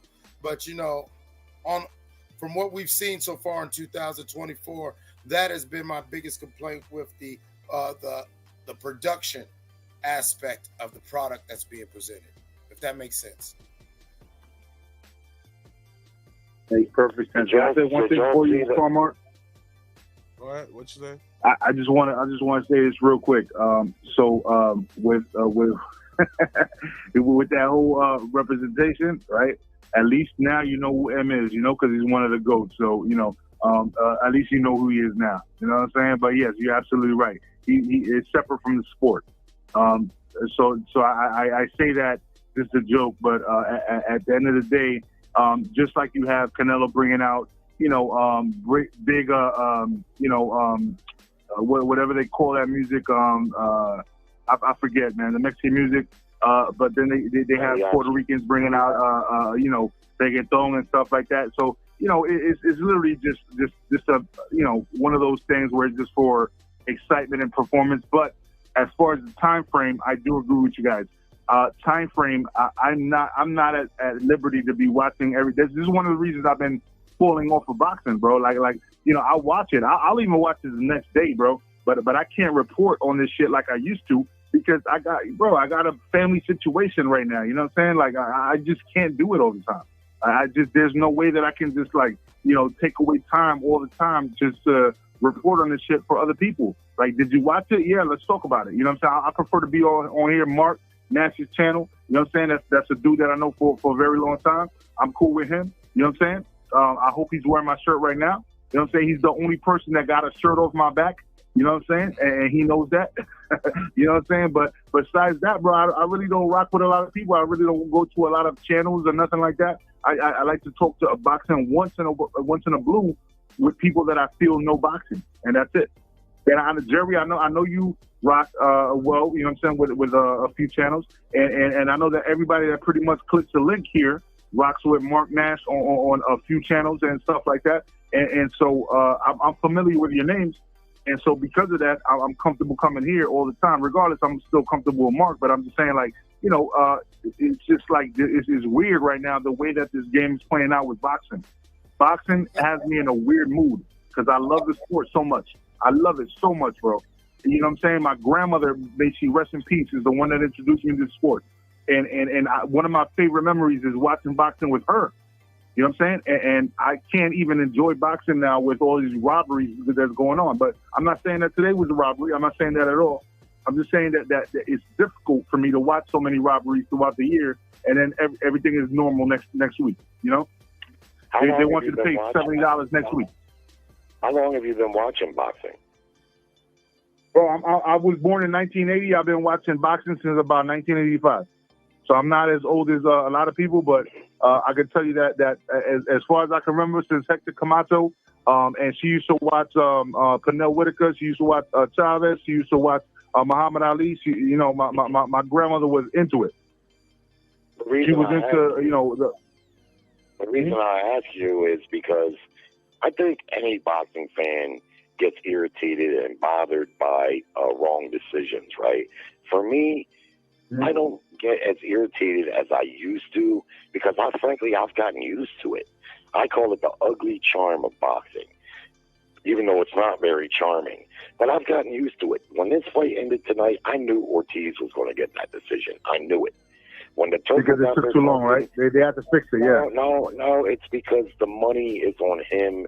You see, like when the Turk was out there talking, he didn't talk shit about Bohachuk and what his plans were for Bohachuk. He talked about Vergil Ortiz. And that's what I was telling Mark before y'all joined the panel. And Mark knows it, but if you follow the money, more times than not, every once in a while, like oddly enough, Oscar De La Hoya.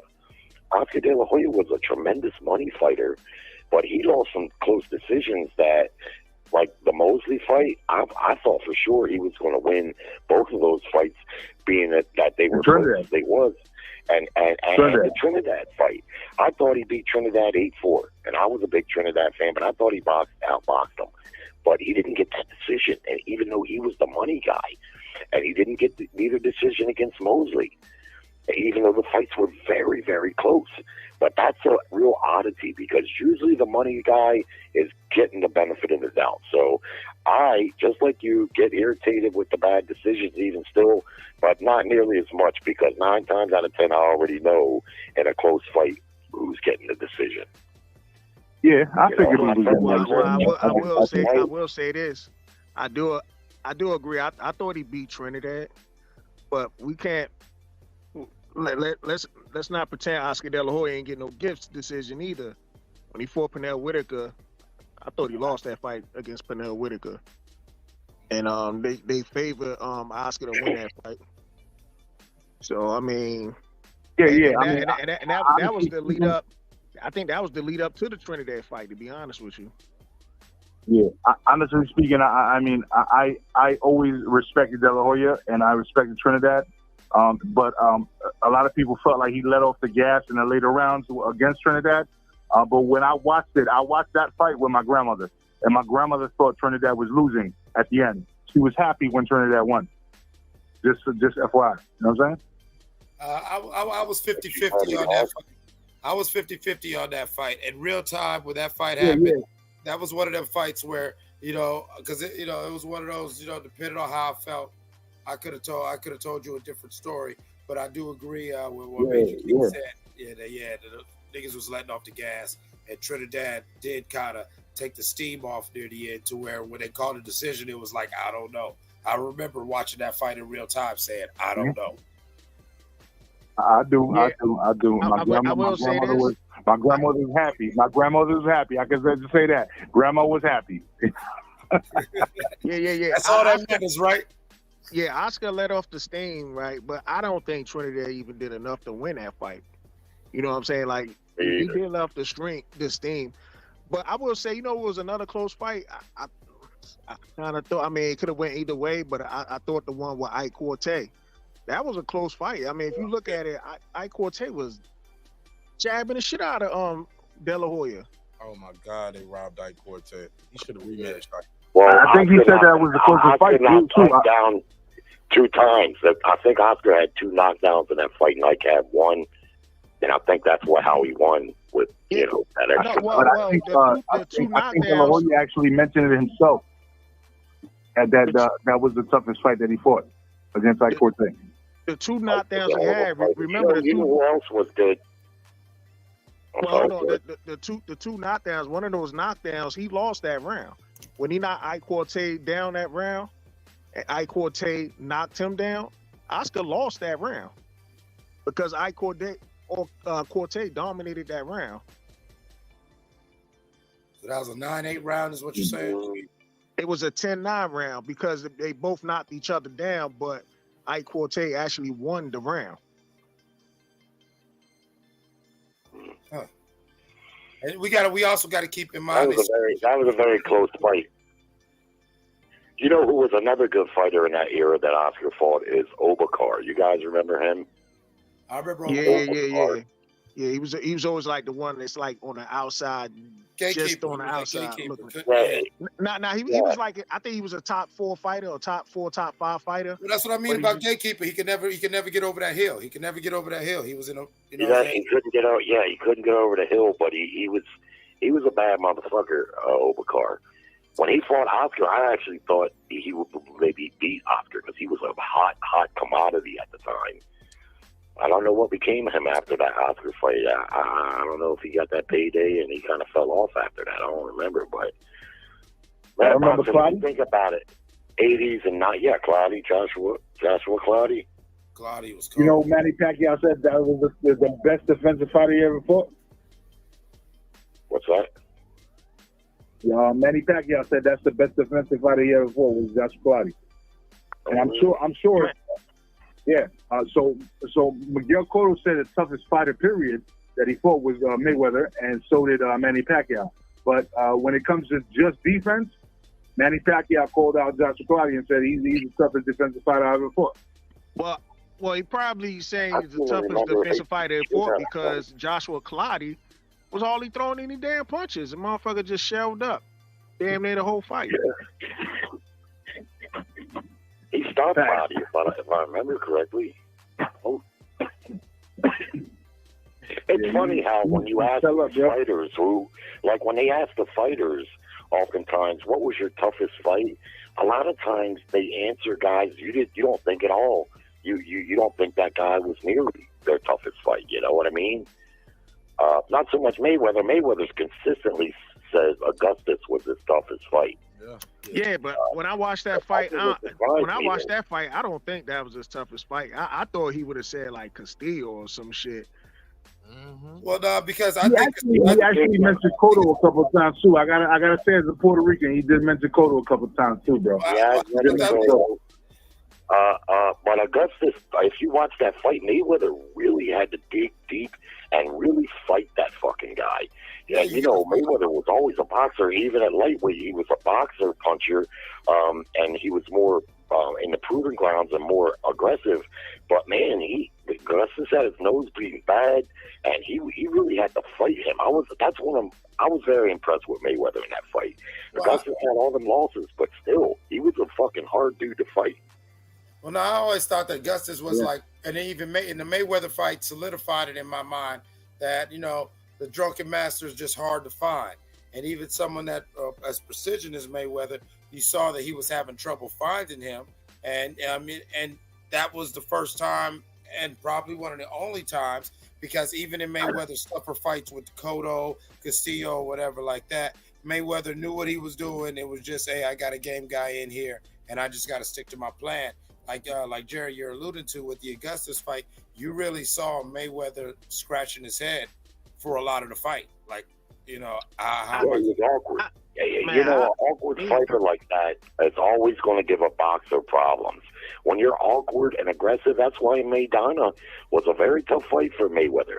Maidana's basically a street fighter, but he comes with all that awkward aggression, right? So if you're a boxer, what you want is your opponent to come ring center, put his dukes up, and work off the jab and do things that boxers do. Because if you're a master boxer like Mayweather, you're like, all right, perfect. This is just what I wanted.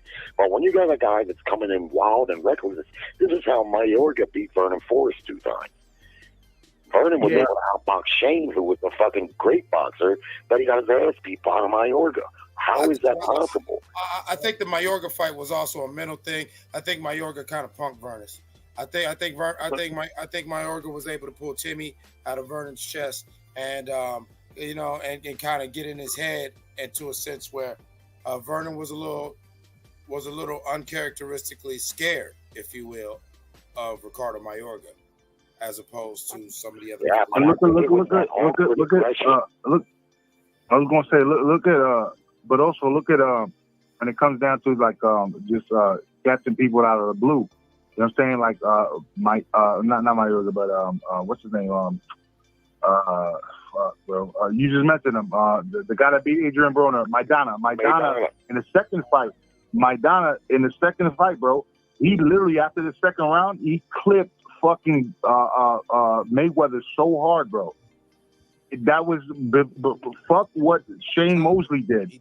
If you look at how hard he hit him at the end of that end, Yeah, dude, right like this dude, like literally had to grab the ropes and he, like, bro, he rocked the shit out of him. You know what I'm saying?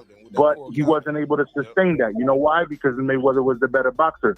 But yes, is when it's awkward like that, it's awkward. You know what I'm saying? Like people are not used to deal with. You can't study for that type of awkwardness. No, you can't. You know, you can get plenty of guys that'll come in and box, and you can get guys that are come in and are typically aggressive fighters.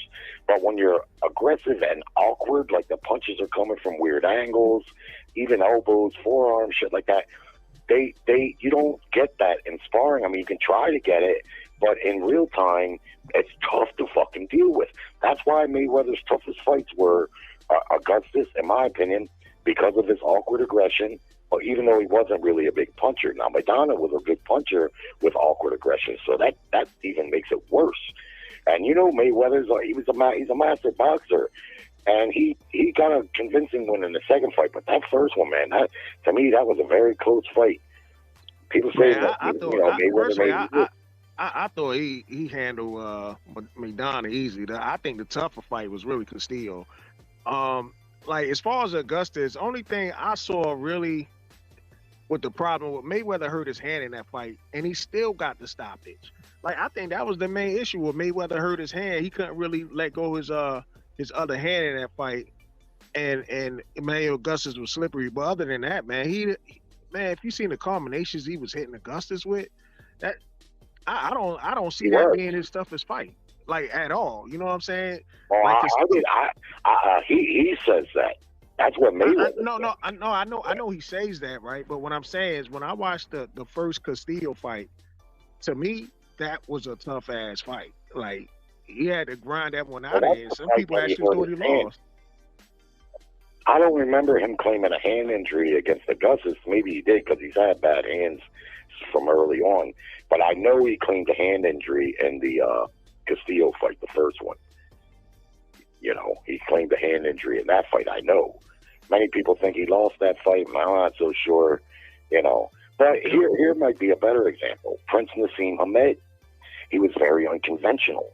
Now, in the end, against Barrera, we seen his unconventional, you know, Barrera was just too solid and just too good for him, and Hamed lacked confidence in that fight. Still went the distance. I think he could have did better, but you could tell his confidence was rattled. He didn't want to come out from the back. He took a long-ass time.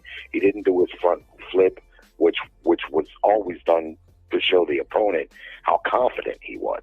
Lots of guys can do that front flip. But leading up to that fight, he wasn't even training hard. That's why Emmanuel Stewart got pissed off at him. Like, he flew over there way before the fight happened. He flew over there to, you know what I'm saying, check out how he was doing. He's like, man, this dude was like, I ain't even taking this joint serious. He was like, he flew. Emmanuel Stewart was pissed off. He flew back. He's like, man, this dude ain't even taking this fight serious. I can believe that, but what my point is about Hamed is his awkwardness is not something you see. You just don't see that, you know, that it's unconventional. This goes all the way back, you know, awkward fighters are challenges. Even if they got several losses like Augustus, there's a reason why Mayweather had to dig deep and whip his ass the way he did. He had to actually fight that guy. He couldn't box him because you can box a boxer, but it's very difficult to box a brawler, right? They're wild, they're aggressive, you don't know where the punches are coming from, you got to keep your chin tucked at all times. You know, I like that style because it brings something different to the table, and it's something I know. But I also wanted to add right quick, this fight tonight, I heard Vergil Ortiz say he had sparred this guy 50 rounds. When I first heard that, I was like, I don't like that. I don't, you know, this guy, he knows this guy too well. But this is one of them instances Jerry, he said he sparred Bohachuk 50 times. 50 rounds, yeah. 50 rounds prior to this fight. Wow, yeah. I think he said 1-5, 15, well, not 50, not 5-0. Oh, okay. I put it like this, man. I would like to see a rematch. if they do the rematch, I like He to see did it. sparred him plenty. That's why when you said earlier, you thought Vergil just came in thinking he was going to do what Vergil does. I don't know. In the pre-fight, he said, I've sparred this guy a bunch of times, and I know he's really tough and he's relentless. I don't know that he actually believed that this was going to be some walk in the park for him. I think he knew this was going to be a tough fight, but his style is his style. That's how he fights. If he fights Bud Crawford, he's going to fight him the same way, I think. I don't think he's going to fight him any differently. You win, lose, or draw, he's going to be aggressive, winning power punches. That's just what he's like. I mean, a zebra can't change his stripes at the end of the day. And sidebar, I just finished watching the highlights. He got the end of that Lopez-Leo fight. I see what they're talking about. Yeah, El Fernando, yeah, it finally, Prince Nassim syndrome, that style will eventually catch up with you. It's good to watch, and it's all good till it's not. Yeah. Prince Nassim, his joint was really based off a lot of athleticism. He always kept his chin up in the air. That's why he would get dropped. Even when he fought Kevin Kelly dropped his ass. Because Prince Nassim never cleaned up those flaws. He had quick reflexes. He was exciting to watch. But it was the flaws he had when he ran into somebody like Barrera. Barrera was just like, was going to bulldoze this dude. Well, yeah. Well, it's boxing. It's boxing at the end of the day, to where I don't care how athletic you are, and even though that may be a gimmick, you see that a lot with even fighters like Augustus. He might be a difficult puzzle to crack, but you keep running around with your hands down. It's just a matter of catching him. And so for a while, let's be honest, it worked for Hamed all the way up to that fight because he stopped Kevin Kelly. He stopped Tom Boom Boom Johnson. That style of fighting he had, he was able to generate tremendous power and beat some pretty good fighters. When he first came on the scene, I hated his fucking guts. But after about 3 or 4 fights, I started to like him. And by the time he was at the end, I loved that motherfucker. He was entertaining as fuck. Yeah, he was a showman. Right about him. He was fun to watch. Yeah, I loved him. You know what I'm saying? I got a lot of ties to the Yemeni community, and you know what I'm saying? And he's Prince Nassim, so that's how I got hip to him. They finally had one of their guys in the ring, and so my friends were over there. They wouldn't. You see him nowadays? Yeah, he fat as fuck nowadays. That man's good. He's a prince, y'all. And that's the thing I always respected about him. Y'all forget, they don't know it's not just Prince Nassim. Like, this nigga's really like royalty over there. Y'all better stop. Like, I know he grew up in London. Prince was looking like Turkey, man. Right, yeah, y'all better stop. He's doing it. I love that about him. Like that, because his arrogance made sense. Like, I'm in this ring because I want to beat your ass. Like, I don't need a check. I'm not. You know what I'm saying? I got 14 wives. I ain't worried about y'all niggas. Like, you know what I'm saying? Another thing about Hamed that a lot of people don't know, I didn't know really when he was an active fighter, he had really bad hands. I seen an interview with him where he said even after the Barrera loss, he could have kept fighting, but his fucking hands were so bad that that's why he ultimately quit. He said he had bad hands. So tell him. Because he was a hard puncher. And the way he didn't throw punches all the way properly too. There you go, Mark. I was just about to say it. He did manage to have one more fight after that loss, though. Put your hands up, punching people behind their head, on their hips. Them wild shots, just Mayweather too. Like Mayweather, as skilled as he is, if you go back and watch his early fights, not only was he wrapping his own hands before the fight, he was throwing punches incorrectly. You know what I'm saying? Those leaping hooks. Joe Calzaghe. People say Calzaghe. I seen an interview where a guy asked him, people say you slap, and he was like, "Yeah, I do slap a little bit." He said, "Why?" He said, "Man," he said, "the whole time I've been fighting, especially in the amateurs, my hands have always been bad. But my old man would make me compete in the tournaments, and the fucking pain was excruciating. And the only way I could really avoid it was to punch more with the side of the front of the glove instead of the tip, because he said my hands have been so bad my whole career. That's why I punch like that." Motherfucker could still knock you down and knock you out with those slaps. Imagine if he would have actually, his hands wouldn't have been that bad.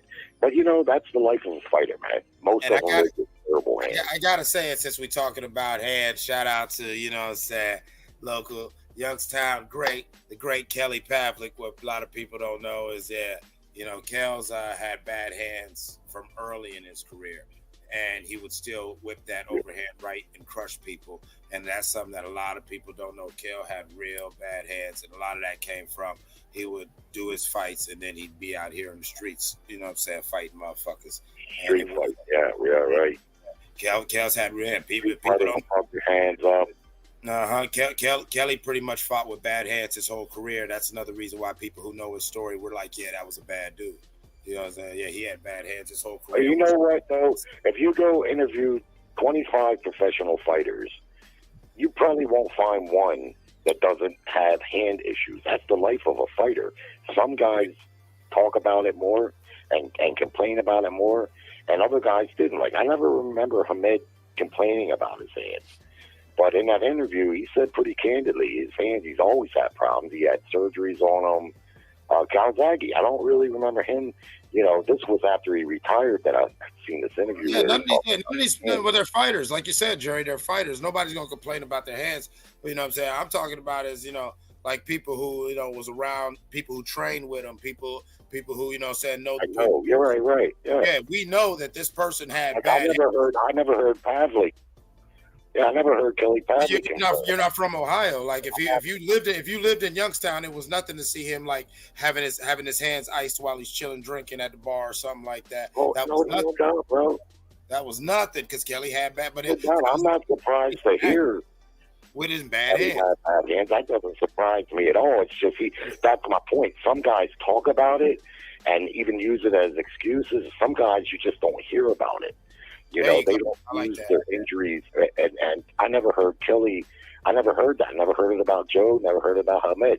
Me and Mark was talking a couple weeks ago that Andre Ward, when he fought Kovalev in one of those fights, he had a fucked up knee. If you watch that Son of God documentary, yeah, I mean, his knee was almost to the point of amputation. But I never heard him talk about it. He might have said something like, you know, I had a couple injuries in camp. And that was about the end of it, right? Because if you go to any local boxing gym, you learn right away that boxers have sore hands, and a lot of times they have messed up shoulders. You hear guys use that shoulder, a lot of times they do have a tear in their shoulder. And a lot of times they fight with it. Andre Ward did that. He fought for a while. Or to have rib strain, bruised ribs and rib strains and everything. That we. Like, you know, like even with the like a la Ryan Garcia, Tank Davis, these fighters be having bruised and cracked everything. I mean, they're fighters, and the human body is amazing. The human body can withstand, but only so much. But the human body was not designed to get beat on for 3 and 4 hours a day, and that's just training for this, you know, 90-minute war you're about to get into. Or whatever. You know, that's like your hand. Your hand is designed. I know. I thought about it when I said it, Mark. Leave me alone. Don't do that to me. Damn, that's a long fight. Fight till you die, now. Your hand is designed to grip things. That's what it's designed for. It's not designed to punch things. And in other martial art forms, they teach you not to strike with your knuckles closed like that because you hurt your hands. You strike with the side of the fist or the forearm, right? But so your hand is not designed to punch like that. It's designed for gripping things, not punching with your knuckles like that. So if you do that, even if you punch a heavy bag, if you've ever punched a heavy bag for 15 or 20 minutes, you come away from that motherfucker feeling like your hands are broke. Fucking forearms are sore and all kinds of shit. Yeah, man. You know? Shit. Knees. Mayweather said he used to punch the fucking doorknob until the doorknob fell off the fucking door. Yeah, but no, Mark got another point. Like, if you're really punching properly, your legs and everything will be sore after a good round on the heavy bag or some good sparring because you're punching with your full body. And another reason why a lot of fighters will hurt their hand. Like, you know, all that arm punching and flailing, you know, you're not allowing that force to, you know, the kinetic energy to travel properly through your body. And like you were saying, Jerry, and you're doing that on a closed fist that wasn't even designed to take impact in that manner. We just punch people that way. Yeah. Also, too, you're really supposed to be punching when you punch with a closed fist with these first two knuckles, right? What happens is it's called a boxer's fracture too. When you punch, most people in a fight though, you're not always gonna turn the punch over and punch with these first two knuckles. You're gonna be throwing the whole fist at him. You know what I'm saying? The whole glove. You're just trying to hit the guy, right?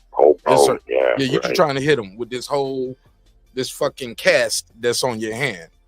But what happened is when you punch with these other, when you hitting in this part of this shit will go in. These knuckles you can hit somebody. These knuckles go in and they break the metal carpals right here behind it. Like when you punch with these bones go back and crack these other bones, which is called a boxer's fracture. And that shit is hurtful, it's painful, but and this is terrible, right? So that shit is gonna happen though, man. That's part of it. That's part of the business, man. Yeah, it's the life of a boxer. Torn up shoulders, sore hands. Knees, that's why I don't like to hear that. Doing all that damn running. Well, and that's another thing. And that's another thing that let me clear up, because I know I talk a lot. I talk, sometimes with a lot of, saying bombacity and hyperbole. But to be a professional combat athlete, you're not a coward. We could say this person don't want to fight anybody. I might use the word ducking or whatever. But once again, let me reiterate while I'm on camera that if you are a professional combat athlete, you are not a coward.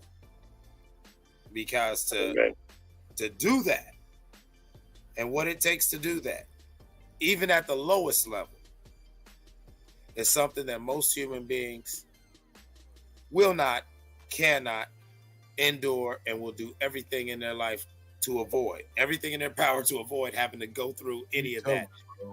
And this is something that you want to do. And the embarrassment to come with it too. I mean, right, exactly. They'll go through hell and high water mark to avoid anything that comes with this sport. And these are the everyday things. Bro, that shit is not easy, bro. Like, I mean, UPS is hiring, bro. Like, it's always working the post office. I mean, come on, bro. Like, it's so many imagine, things you could do. Imagine, if you will, let's just use Mike Tyson, because let's face it, anyone who got in the ring with him, professional fighter or not, I mean, you can't have 1 ounce of cowardice. You can be scared, baby, but there's a difference between let's just training with him. Right. There's a difference between being a coward and back being, in '86. You never know what he's gonna do. Hold on. Go ahead, Jerry. Yeah. So imagine you're 9 weeks preparing your body. You're watching tape of this guy decapitating people, literally fucking decapitating people. You take a regular person, they walk into an arena just to give a speech in front of that many people, they're going to be shitting their pants. Imagine you're going in there to fight a motherfucker that you've been watching decapitate people, literally.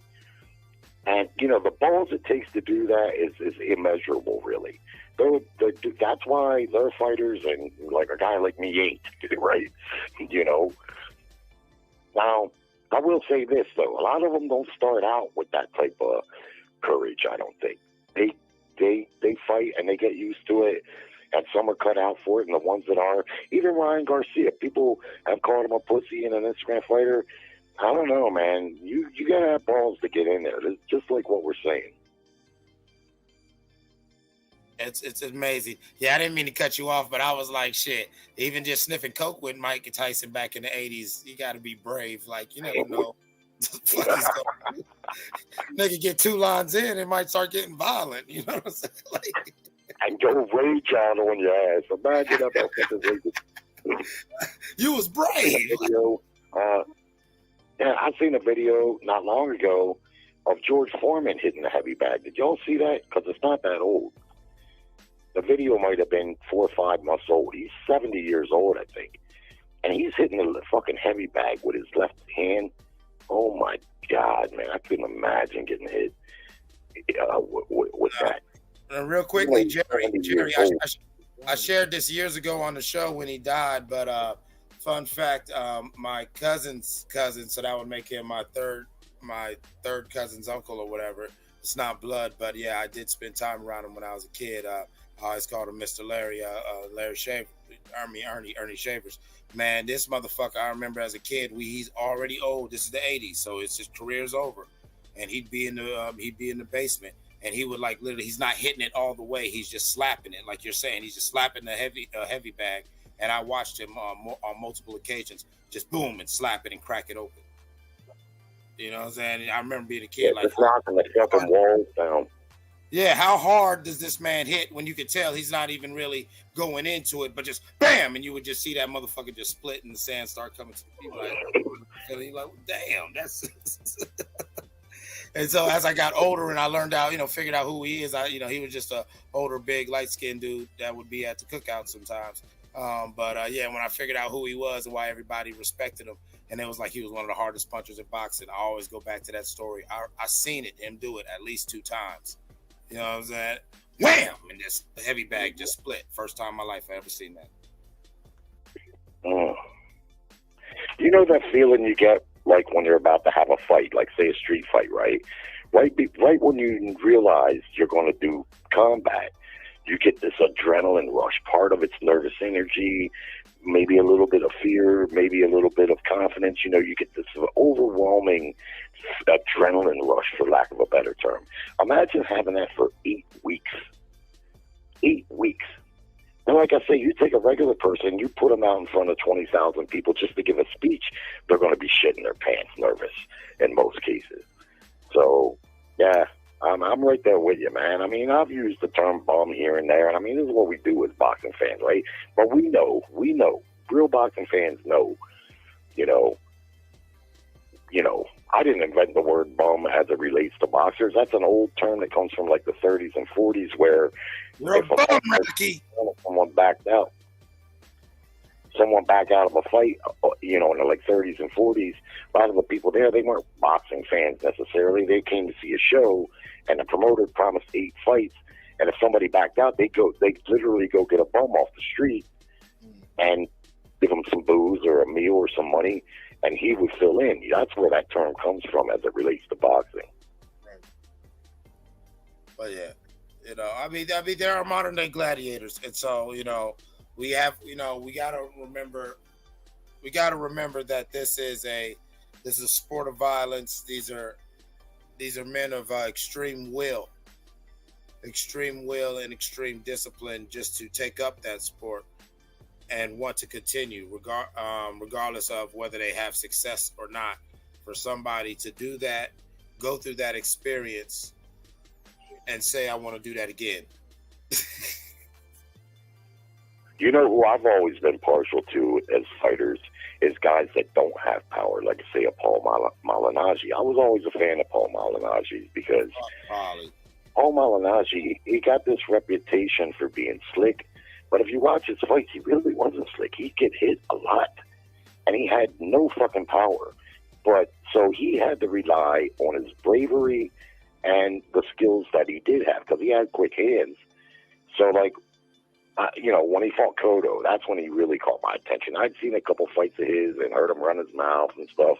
He's a little brash from New York, but he showed a tremendous amount of heart because he's in there fighting a beast of a fighter, and he ain't got no weapons. His hands, he can't punch at all.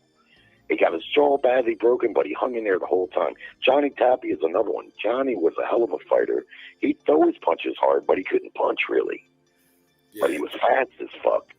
I've always been partial to those type of fighters that they don't really have the power. So now it's like all about their balls, right? Well, I'm weird. I'm weird. Like, I was one of them. I'm gonna age myself. And give a 80s movies reference. I never liked Lucas. Get that little motherfucker off the field.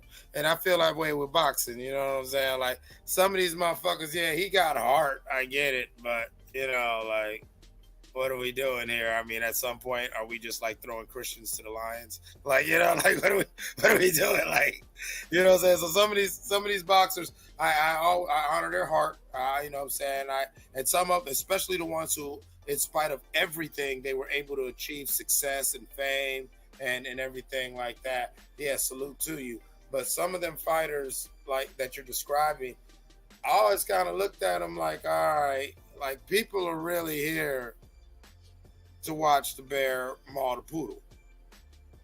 This is, you know, this is, and I like the sport. So only when they're competitive do I really salute them.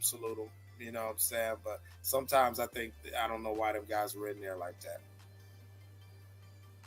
Well, they love the sport, and just like we were just saying, you know, we were talking about the bravery and the balls of it, and that's why I've always liked Paul Malignaggi for an example. I could use others, but to use him as an example, he not only did he not have power, he knew that he didn't. He's another one with bad hands, right?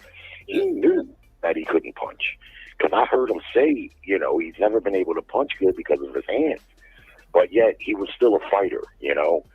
In his heart, he was still a fighter, and so yeah, found a way to become a 2-time world champion with no power. How about that? That's what I'm saying. Even though Cotto, that shit ain't easy to do, bro. Yeah, and even though Cotto beat his ass, he was competitive for a guy that can't fucking crack an egg. And the only reason he was competitive, even though he lost clearly and kind of got beat up, he was competitive in the fight based solely on his heart and his courage. Not just you know, he had the courage to be in there. Defense and the jab. Yeah, he did. I was about to say, it wasn't just heart and courage. Like he had some skill. Mostly, I think it was he had a jab and footwork. And Cotto, thank you for pointing that out, because I always felt that's the difference. Like, I don't like them guys who are just heart. These motherfuckers who just stand. You know, if you watch them, you know how many fights in a row where yeah, it was a good fight, but technically he just stood in front of the dude and just bled, got hit, and swung, you know, and hopefully his punches could do something. But no, he just stood right there and swung. I don't like shit like that. I like that shit, man. Like the fight. No, I like a fighter who he ain't got no power. He's got all these deficits, but like you said earlier, he's moving around. He could do this. He's showing you that he is a fighter who's saying, okay, I could turn my weakness into a strength by doing this. Not somebody who, I have this weakness, but fuck it though, I got heart. It's like, yeah. I feel you. But me personally, I still like those shit. Me. It takes all kinds. If everybody fought the same, it would be boring, right? So it takes all kinds: punchers, non-punchers, boxers, bowlers. Jerry, Mark's a little sadistic. That's what you don't get. Mark don't mind seeing somebody run face first into the wood chipper. You know what I'm saying? No. I appreciate all the different styles. Like, everybody is not gonna fight the same. Like Jerry said. That fight tonight was a modern day classic. That fight tonight, that's what I would categorize it. Yeah, that shit was. If Hearns Hagler went the distance, it would have looked like this fight we seen tonight. Two motherfuckers just wailing. That's good. That's good. Was never supposed to go the distance. And I would tell you who else I like. Guy never been a world champion. Some people would call him a journeyman or a bum, but I love to watch him fight. Gabe Rosado is like just always been exciting. Gabe, yeah. Gabe was an exciting fighter to me, man. I like to see Gabe fight. He looked good in there commentating tonight. He did a good job, man. See, I like his style of commentating. Yeah, I never viewed Gabe Rosado as somebody who was whatever. I just viewed him as somebody who, as good as he is, he had the fortune and misfortune of always being across the ring from a better man at those wrong times. You know what I'm saying? Like, or he could have probably beat that dude had he would have fought him, whatever. Like, it was like he just, I felt like he belonged where he belonged, and he just didn't win in certain opportunities. That's how I've looked at Gabe, but because I was a fan too, Mark. Yeah. I've always liked him, like you, Mark, and I was glad to see him make a few bucks without taking punches, you know. And with all them wars that he was in, he was talking well.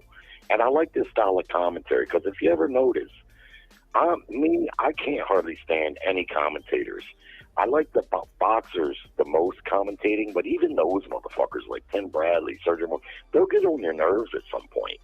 They start to cap and gaslight, and it's like, man, dude, you really get on my fucking nerves. The only guys that never really got on my nerves was 3 guys I can think of. Number 1, Andre Ward. Andre Ward doesn't try to, he makes his point and then he moves on. He doesn't argue with Tim Bradley. Tim Bradley makes his point and he keeps pounding it and pounding it and pounding it. Ward just says what he's got to say. He knows what he's looking at. Roy Jones is another guy. I always liked his commentating. And I have to include Paul Malignaggi. Now, the rest of them, you know, every other fight, I'm like, man, dude, you're just gaslighting, you know. Bradley is terrible at it at times. Sergio Mora, he was overcrediting the fuck out of Madrimov last week. You heard it. You heard him. The patience. The glaze. It was real romantic. It was real romantic. I'm with you, Jerry. It was like, come on now. And especially now that I've watched that fight at least 5.5 or let's just say 6 times. Holy cow. Because I got the pleasure of the last 2 times. I did what we all said and we thought about. I just hit the mute button because, you know, I knew I'd already seen it to where it wasn't like I'm trying to listen for impact or nothing like that. And then... Yeah, I can't listen to this motherfucker scream patience, you know, like the bird watching. Right. That's what I'm saying. It's like when I look back on the first, you know what I'm saying, the first times I watched it with the commentary, it's like, man, I mean, check this man's bank account. Like, what is his bet slip? I mean, because there was a clear vested interest because that is not what is happening. And that's why I kind of mentioned some of the things I said about that until I had enough time and I was able to rewatch the fight multiple times because I am a member of Mark Nash's Patreon. Mark, please drop the link for everybody. You know what I'm saying? If you want to join the Patreon, you know, you definitely get your money's worth over there. But it was like, I was really disgusted by that, and I'm glad that he has been publicly called out for that. I'm glad that the boxing community, as well as the boxing casuals, you feel what I'm saying, Jerry and Mark, and Bo, how everybody unanimously is like, yeah, that commentary, Buddy was tripping.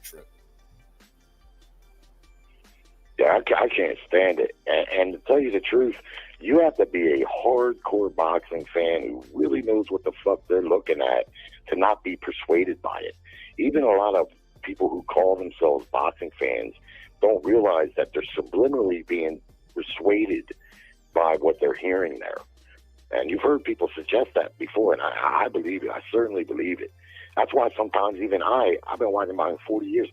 I'll turn the fucking commentary off because I just don't want that bias, that perceived bias. And subliminally, if they keep saying it, just as a human, you start to come around to that line of thinking.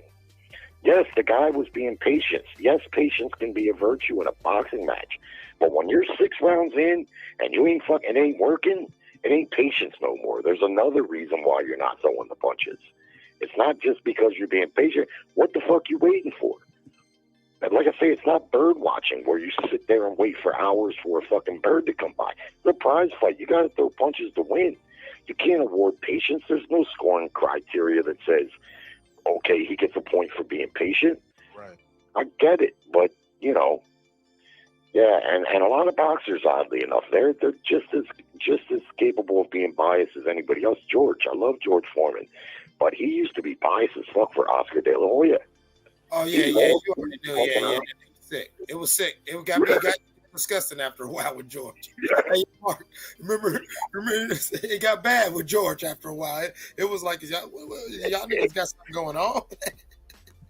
Thought he was fucking little Oscar at some point, man. Oscar would be getting beat in fights sometimes, and he'd be like, oh, but that Oscar, he's you know, he would reach for shit. Like, he'd be like, you know, he's doing this so he can do that, and this and that. And I don't know, George, you know, But then sometimes George would get shit dead right. And one thing that I thought he had dead right is Hamed, because you remember when Hamed fought Barrera, he had gotten Manny Stewart to come into his camp. And George was like, that's the worst thing he could have done. Because what makes Hamed special is his unorthodoxness. That's what's got him to this point. Now you want to try to teach him to be fundamental, and it's too late for that. And I agreed with that 100%. When a guy fights like that and he has success doing that, yeah, it's wrong. But that's what got him there, all the way to the fucking top. Well, what I say earlier when we were speaking about Vergil Ortiz is like, you know, you dance with who brung you in, and, you know, you dance with who brung you in, that muscle memory starts kicking in. You saw that with Big Baby Anderson. Big Baby Anderson, even though they had a game plan, he was used to being able to go in there and put something on somebody and get some respect. And so his natural instinct wasn't to go with the game plan, but to go in there and stand in front of Bacoli and get some respect. Got popped, and now that he's hit, he ain't thinking about game plan. It's on muscle memory. I got to get my lick back, and that was not what he should have been trying to do. You know what I'm saying? Like, yeah, man. I was going to ask you, what was his game plan? Because when I seen the fight, I was like, look, you look like you're the younger, more athletic guy. Stay on the outside for the first 3 rounds. Pop your jab. Try to sneak in some decent right hands with some speed. Don't stand in front of this big fucking dude, because he's got pretty good hands himself, and he's a big fucking dude. So he goes right out there and gets right in front of the fucking guy, gets clipped, gets hurt, and then he gets up and goes right back in front of him. That was some dumb shit right there, man. Yeah, I mean, that's how it happens, though, right? I mean, like that, you know, that muscle memory, you know, like they're going to do what they do. Zebra does not change his stripes, you know, and especially overnight. Like, I mean, this was reasons why I thought very confidently, but I just wonder what his game plan was going in. His game plan was stand there and trade. No, his game plan, like I just said, his game plan was to move around. But and the nerves, you saw how nervous he looked. His mind wasn't there. Me and my little cousin was talking about that. We said that, you know, Jared need to fall back on his crippet. You know what I'm saying? Like, you know, the problem was, you know what I'm saying? They interviewed Cub like, he don't look at himself as a boxer that's from the streets of Toledo. He looks at himself as a nigga from the streets of Toledo that's boxing. And I was like, I don't like that.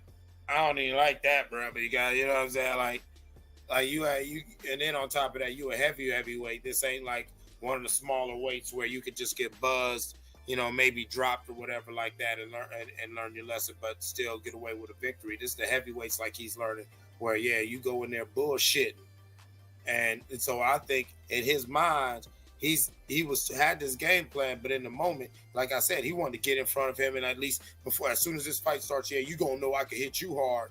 And this motherfucker said, I hit hard, and hit him with that uppercut.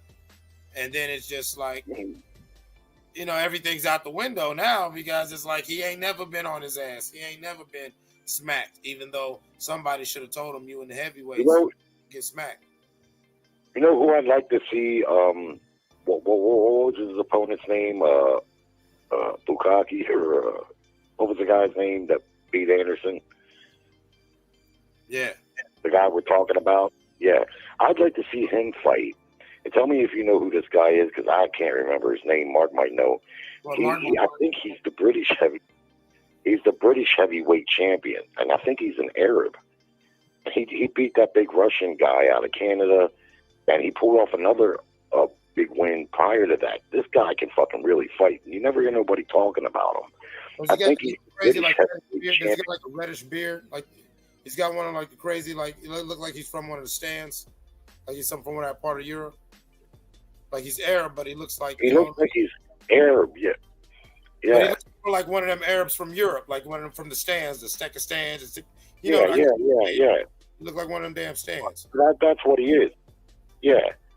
He's a fucking good fighter, man. I've seen him in his last 2 fights. And like I said, he beat that big fucking Russian dude that fights out of Canada, stopped him with the body shots. Pretty sure that was him. And prior to that, he fought another good heavyweight, and he beat the dog shit out of him. He's a good fighter, this guy. I wish I could remember his name. Fuck. Anyway, because I hadn't seen Bukaki or whatever the fuck his name is. I had heard about him a little bit. Man, chill out, man. Is it Ijit Kabuya? He beat the Marco. Damn, man. Yeah, he beat that big Russian monster dude. Yeah, that Marco. How you say his name? Marco Mudov? I don't know. I can't pronounce. I don't know if it was him. Yeah. If it's one from them stands, I'm fucked up with them names. Yeah, but he beat him, and he also beat another guy right prior to that. That was a good fighter too, and he beat the crap out of that guy. That guy can really box. Frank Sanchez. He beat Frank Sanchez too. Stop Frank Sanchez. Sanchez. Yeah, he beat Sanchez. He beat Sanchez afterwards. Yeah. You don't hear much noise around that guy. I want to see more of him. I'd like to see him fight that guy that beat Anderson. I think that's a good matchup. You know, those are some good fighters. You know, McCauley, yeah. You know, you hear about AJ, and you know, when AJ's got this fight coming up, I don't know what to make of that. Dubai has really impressed me in his last couple of fights. AJ, I just don't know what to make of AJ. AJ been impressive in his last few fights too, man. He's been on point, bro. I'm excited But about who'd he that. fight? He fought what's his name? He beat a guy who ain't did shit. His sparring partner. He beat an actor. Hey, look, that guy fought Wilder, man, and that guy was dirty. He beat the guy. That dude was on dope. That guy got knocked out in fucking 60 seconds by Wilder. Yep. And that guy never done nothing in boxing, and he can't punch. Hold up. That guy was a last minute replacement for AJ. It's not his fault. That guy was a last minute replacement, and he was on dope, and AJ still knocked him out. Robert Hellenius, but he was. And he's never beat anybody that was any good. Hey, look, I'm just saying I wasn't impressed with that. I mean, he's in there. But I wasn't impressed with a last minute replacement that hadn't really done anything. Yeah, I mean, but what you gonna do? It's the last minute. You need somebody in the ring. He got the win, but but what I'm saying is I'm not going to overcredit him for that. No. I expect him to beat that guy on his worst day. Tell you what, far better opponent. I tell you what, in 1 year he fought 4 times, bro, and he about to have a 5th fight. Like this year, like from 2023 to September, it's gonna be 5 fights, bro. Like that is impressive. AJ? Hell yeah, from April to April of 2023 to now, this is about to be his 5th fight. Guys don't fight that often, bro. So I'm glad he's active. He beat Jermaine Franklin, who was I mean, and it's not his fault that the heavyweight division ain't as stacked like that. You know what I'm saying? The top guys are. He's one of them. I mean, out of the top guys, he's one of them. I don't know what to make of him. Nah, I ain't say you said he sucked. I'm just saying, this is gonna be a good fight, man. I don't see it going to the cards, but I'm excited about this fight, bro. I'm leaning towards Dubai if his mental game is right, which is to me, that's going to be a big factor in this fight. I think a lot of times, AJ, there's so much hoopla around him, and he is a big, strong dude, and he can definitely punch. So that plays into it, too. So you got to have a pretty strong mental game, I think, when you go in there against him. Otherwise, I think he's kind of vulnerable. Maybe I just can't get that Ruiz beat down out of my head, but I've seen him rocked and knocked down in other fights and hurt, and he used to get winded a lot. He seems to have gotten over that, getting winded. But he is a big guy. I don't know. It's going to be a good fight, I think. And so we'll see, because Dubai has really been riding a pretty good streak himself, I think, right?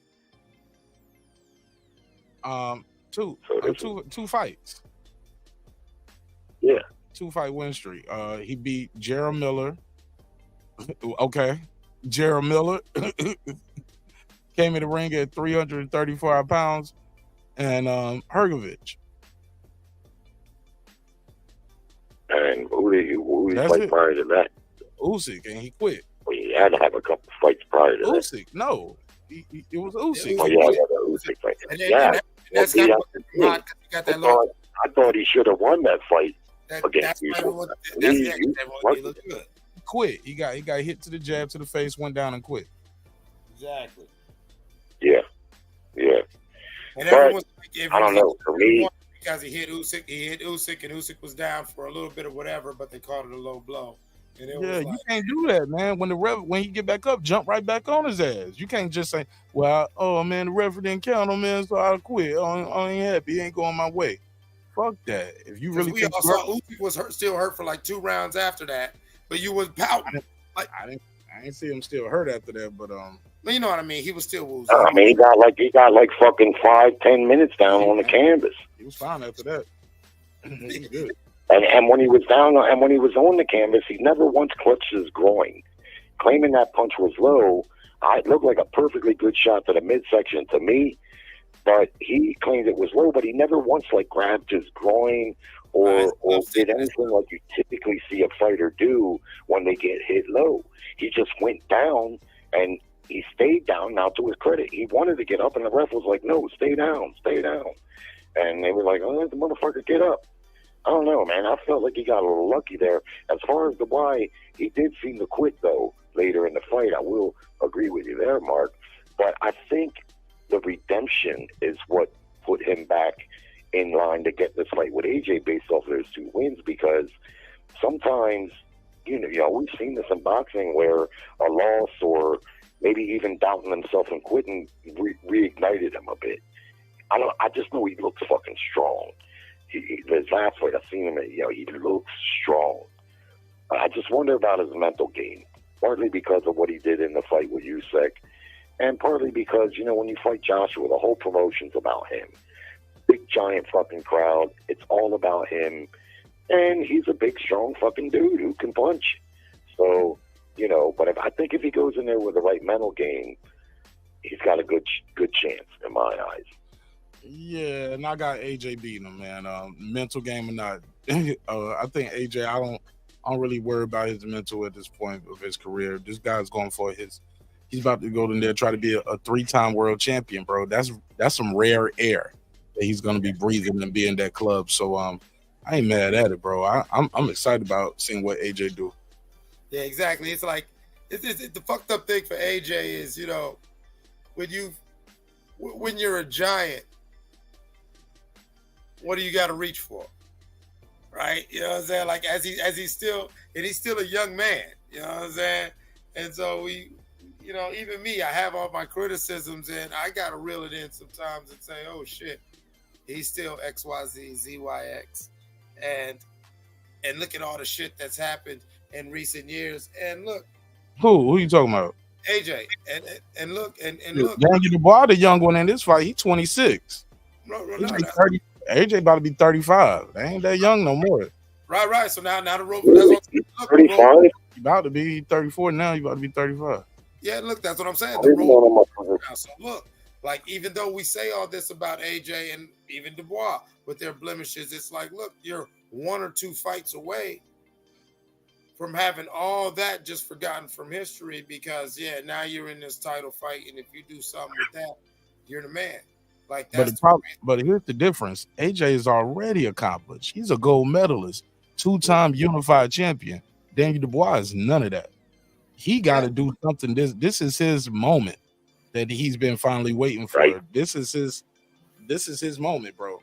AJ's been here multiple times, and not to mention when he got those belts, AJ went belt collecting. He didn't get them all in one sweep. He went out there and collected all of those belts. So. I mean, he's been here so many times. He's hands down. I think he got probably the best resume, in the fucking in the division. That shit is crazy. So you're saying that right now it's more like the stars are aligning for Dubois. You know what I'm saying? You better lose. No, hell no. He gonna see the stars. Fucking with this guy right here. I got AJ stopping him. He's a Patriot. He's a Patriot. He's been here before. I seen him quit in the Joe Joyce fight. I seen him quit during the Usyk fight. Okay. It's easy. But did you not see Joshua quit in the Ruiz fight? I seen Joshua shocked. I seen Joshua concussed. Thank you. I seen Joshua shocked, concussed, and caught with something that he's never felt before. And so, yes, he acted like a nigga that's got a mouth. Well, he was on his feet when that fight was stopped, and he turned his back to the ref. The ref spit the mouthpiece out. No, Yeah, he went to the corner, and the referee said, "Hey, this ain't time for no break. What are you doing? Come on." You know what? He Fuck turned it. his back. You know what? He said, "You know what? Fuck it." And that ref ain't did no big fight since. You know that, right? Yeah. He did not want to continue. That's what I seen. Because he was concussed. I don't blame him because he was getting his ass kicked. He was good. Thank you. He was concussed. I thought he was trying to take a little breather, get a little time, and the referee didn't let him do it. And that referee ain't did no big fight, heavyweight, or like regular title since. Last time I saw him, he was coaching Little League. Yeah, that's all. No, regardless, the referee didn't knock him down 4 times. The referee didn't spit his mouthpiece out. Joshua spit his mouthpiece out. I think you're missing my point, though. Joshua is a champion, and it's proven to be a champion. I seen Joshua get knocked down and get up and stop Klitschko. I seen the guy go through adversity, win these fights, man, and collect belts. I never seen Daniel Dubois do that. Okay, I'd go along with that. Yeah, we've seen Daniel Dubois quit. Yeah, on the biggest stage. Right, but I think AJ quit in that fight. No, AJ got beat you can up. disagree with me, but he got beat up. He got dropped 4 times, bro. He got beat. I know that. He got dropped 4 times, but he was on his feet, and he turned his back to the ref, and he spit his gum piece out. No. Those are signs that you don't want to fight anymore. Listen. When they stopped that fight, he didn't turn his back and spit his mouth. When he had his arms on the ropes. Yep, he had his arms like this on the ropes. And he's looking at it. Look at his face. It off. You can look at his face. He had the, you know what I'm saying? He's a fighter. It's just like with Tyson Fury and Usyk. Technically, Fury should have probably went down 4 times, but that muscle memory, and he's so tall, he's still on his feet. But Fury's out of it, bro. So back to the AJ fight. AJ was out of it. You could see by the second knockdown. The first knockdown was, what the fuck was that? The second knockdown, this man was literally concussed and just a fighter, a big dude, just muscle memory trying to make it happen. And he really had no way of expecting Andy Ruiz, just like TYH2 God said. Yeah, he didn't expect this little fat dude to come smacking him like that. Bro, he dropped Andy Ruiz, tried to go in for the kill, and Andy dropped his ass, bro. He did not expect that. And then Andy kept dropping him. I had him on skates, bro. What is that, bro? What is that, mate? That shit was crazy, bro, watching that fight. But yeah, I got AJ getting this becoming a 3-time heavyweight champion, bro. I can't wait to see that fight. I'm excited about that. Yeah, I mean, I want to see that for AJ. I do want to see that for AJ. But my question also is, okay, now what if Dubois wins? What does that make the heavyweight landscape look like? Shit, congratulations. If he beat AJ, shit. For that IBF, man, he just changed the course of his career and how people like me might see him. You know what I'm saying? No, that's what I'm saying. What does that make the landscape look like? Shit, it's up. I mean, it's up. That shit is still, it's thin. It's still thin right there. Depending on how he wins, shit, they'll probably do a rematch. I don't know. Depending on how he wins, how that fight look, we might want to see a rematch. But shit, he'll probably fight the winner of Fury versus Usyk. 2. How old is Dubois? 20. What did I say? 26. While ago. You said 26. Yeah, you said 26. He's 26. I didn't realize AJ was 34. Yep. That's not exactly tenderly young for a heavyweight. Nah, he turned 35 in Man, that's third quarter. That's the end of the third quarter. That's the end of the third quarter right there. Yeah, them heavyweights though. Yeah, man. Heavyweights is different though, and AJ started late too, so he don't have all of that getting punched in the head at 7 years old like a lot of these other guys and getting beat up at 12, 13, 14. Big facts. Well, he's definitely the favorite in the fight, and he definitely preserved. I think it's a good fight. Definitely preserved his body and all that stuff. Hold on, let me add Senior. Yeah, well, you also he's done accomplishing as much money he's made. You gotta wonder if he still was hungry. I would imagine, you know. Gotta be, bro. He could have quit a long time ago if it was about the money. What's up, Senior? Yeah. Hey, what's up? Let Jerry go ahead. Go ahead, Jerry. When is that fight, Mark? AJ versus Dubois. Yeah, I think it's like September next month. Okay. It's September the 21st. So, do you think Canelo stops Berlanga? Yeah, or I think he's got, I think, 5 fights now. I think he might find a way. He gonna out. bite his ass. He gonna bite his ass. He might low blow him, headbutt him, elbow him. Body slam him. He don't want to lose fast square. He gonna body slam him, Mark. That's what's gonna happen. You're right. I think he might cheat. They gonna get in the clinch, and he gonna do a judo hip toss. Well, what do you make of Canelo having, I think it's 5 fights now, went the distance in a row. What do you make of that? Man, shit, that's boxing. You ain't gonna knock everybody out. You think that's just coincidence? I mean, but prior to that, like when he started his career, what, 47? No, he's been in that super middleweight division for a while. Yeah. When he was unifying, he was knocking everybody out. Now he's got 5 straight fights. One against a junior middleweight, one against a guy who has been a career middleweight. But the junior middleweight was trying to survive. I get that, but still, that's 5 fights in a row with and I think only maybe 2 knockdowns. He did knock Munguia down, but I remember. And Charlo. And Charlo. Charlo took the knee in the second round. I'm just saying, man. Didn't he drop John Ryder? I wonder a little bit, like, yeah, he dropped Ryder. He beat the dog piss out of that. That guy hung tough as fuck. That was a good fight. That guy fought hard as fuck in that fight. Because he took some hardcore punishment in that fight. Too. Like, these guys are taking punishment. I think it's the way he's delivering it too. Like, a lot of times it don't look like he's setting it up to knock guys out. He's throwing a lot of hard punches, bro. And it's like sometimes like that doesn't knock the guys out because you're not the shock. How many guys? Hold on, Jerry. Let me answer the question in full, Jerry, because you asked it. Let me speak. The shock of the punch is what get guys knocked out too. When you throwing everything with the same speed, same power all night long, like you're probably not gonna knock them out. Like Vergil tonight, just throwing everything with to the fences. You got to change the pace up and the speed of those punches, and also set them up behind the jabs. Canelo throws a lot of power punches, man. But well, yeah, he loads up a great deal. That's part of what I think his problem is. He loads up too much. But what I'm asking you is, since he got caught with the computer roll, how many people has he knocked out? Out of, I think he's maybe had 7 or 8 fights. Maybe he got playing out of there. I know that. But some might suggest that since he got the other dude out there too. What's the dude? White boy. I thought he took Billy Joe Saunders. Yeah, I thought he took it easy on Jaime Munguia. I thought the Jaime Munguia could have been worse. I've seen a couple fights. That's why I understand Turkey Al-Sheikh's critique and calling it easy fights. I've seen certain fights where it does seem like Canelo overwhelms him, establishes dominance, and basically does his version of what Floyd did in Floyd's cruise control era, where he established dominance and then just rides it out to the cards. What's up, Coach? What you think? Hey, what's up, man? No, I missed.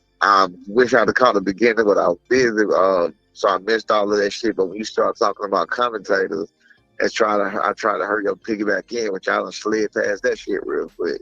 What we say? Go ahead, get your did anybody? No. Did anybody notice? Of course, they always do this. Did anybody notice how the commentators and the shit was disrespecting Bohachuk, whatever the hell his name is? Bohachuk. Did anybody know? Bohachuk. Did y'all notice how the fuck they was literally trying to talk through shit while he was landing shit, but glazing Vergil Ortiz? Oh yeah, am I the only one they called that? I mean, well, it was Oscar De La Hoya Golden Boy promotion. It was that. Yeah, but god damn, the shit he was getting hit with, bro. I was like, fuck, y'all not gonna cheer for that shit? He hit that man with, I think it was like, what was that? The last round he hit that man was like 5 fucking right hands in a row down there. You think he won the fight, or you got robbed? Man, it was. I don't think he lost the fight. I do not think he lost the fight. Vergil, I can't with the 2 knockdowns. If he did not have the 2 knockdowns, I would have a problem with it. I didn't look at it enough and score it from a sheet standpoint. You know what I'm saying? Like score for score, round for round, or whatever else. But just from the basic eye, I do not think that Bohachuk lost the fight with the 2 knockdowns. Yeah, with the 2 other than that, he needed room for 3 rounds. Yeah, if he got 4, because that's to win or draw. To win or draw. To win. Then he fucking won. Because you have 4 points. You got 4 points. He right won. There. All he needed was 3 more rounds. He won. Then he won clearly. Yeah, if you put it like that. If you put it like that, Now remember, Mark, I said that I think that Bohachuk did good, but I'm not going to call this a robbery. But once you put it like that, Mark, right, yeah. I didn't call it a robbery either, but when you put it like that, hell yeah, it was a fucking robbery. Yeah, now we got to file a complaint. We got to file a complaint now. Put a case on it. Yeah, I was trying to see what everybody was thinking too, because you know what I'm saying. I mean, Vergil did do good or whatever the case may be. You know what I'm saying. He did good, and I just didn't think he did enough to win. But again, now that you just put that with the 3 rounds, yeah, that motherfucker, he won that. Bohachuk did his fucking thing. I agree with you, Coach. I had the fight. I thought the fight was even. I would have even called it a draw, but since there was 2 knockdowns. To me, he won by 2 points because otherwise I thought it was an even fight. Right, The first judge had it even. The first judge had it even. And a lot of people tonight on Mark's show thought it was a draw. But I don't know. For me, and I put it in the context Mark did, that kind of puts it in the up. Absolutely. Yeah, I don't think Vergil won. No, I don't think he won at all. I don't think he won. I mean, he was beat up. I mean, I know that don't matter and that don't count, but he was beat up. He got hit with some good-ass fucking shots, man.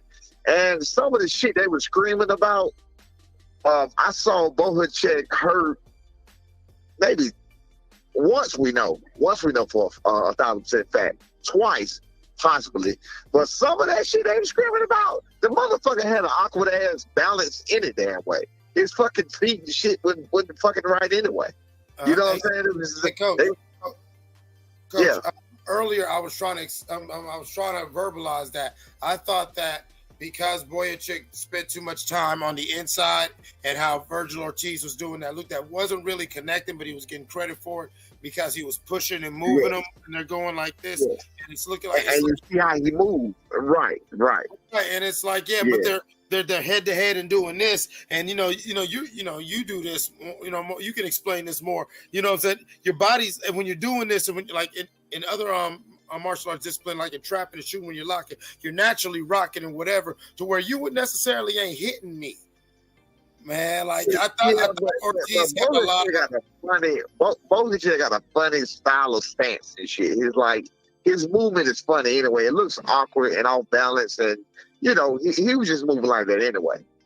I heard when the crowd was just going crazy as hell when they thought Vergil was about to get him out. I was like, I don't know what the fuck they looking at, but that man ain't hurt. That's what I was saying. You know what I'm saying? He was like, he was about to knock him the fuck out. And the announcer saying, he's hurt badly. And then he jabbed Vergil right to the fucking face. Right. I said, that motherfucker ain't hurt. Look at he was hurt a couple of times. Yeah, I said about twice. I said twice. Peep this on the 2 scorecards that gave him 114 to 112 for Vergil. They gave Bohachuk the 2 knockdown rounds and only 2 other rounds. Oh no, that's a bullshit. He won for he fucking 5. They gave him 5, 6, 5 and 6, 5, 6 and 6. He fucking with. He was killing her. They gave him round 1, round 4. Did they give him 5 and 6? They gave him 7. No, they gave him 7 and 8. They gave him 7. No, that motherfucker won 5 and 6 and 7. One judge gave him 1, 4, 7 and 8. The other judge gave him 1, 4, 8 and 9. Bullshit. I call bullshit, man. Right. What you said, right. Just enough to lose. Just enough to fucking lose. That's bullshit, bro. Oh, I'm tired. Yeah, you check them niggas' bank accounts, man. Check these niggas' bank accounts. Right, because that's some bullshit. And also, fucking dog face ass. Make sure to knock him out. Oh, you know. Exactly. That's what you got to do. When I used to fuck around and mess with it, my old trainer used to always say that. Never leave it to the judges. Never leave it to the judges. No. If you can't, no, hell no. Never do. But you know what, though, with that, and Senior, you know this, and Vergil found this out tonight, and so did Bohachuk. You can't always knock somebody out, even if you're trying to, right? It sounds good on paper, you know, and that's the fucking fucked up part about boxing. Everybody knew this card was about Vergil. So when he gave his interview, he didn't talk about Bohachuk or whatever his name is, not one word. He talked about Vergil. That's how I knew when that 12th bell rang, I knew he was going to get that decision. I did too. I ain't no money on Bohachuk. But with that said, that's why I always took that never leave it to the judges.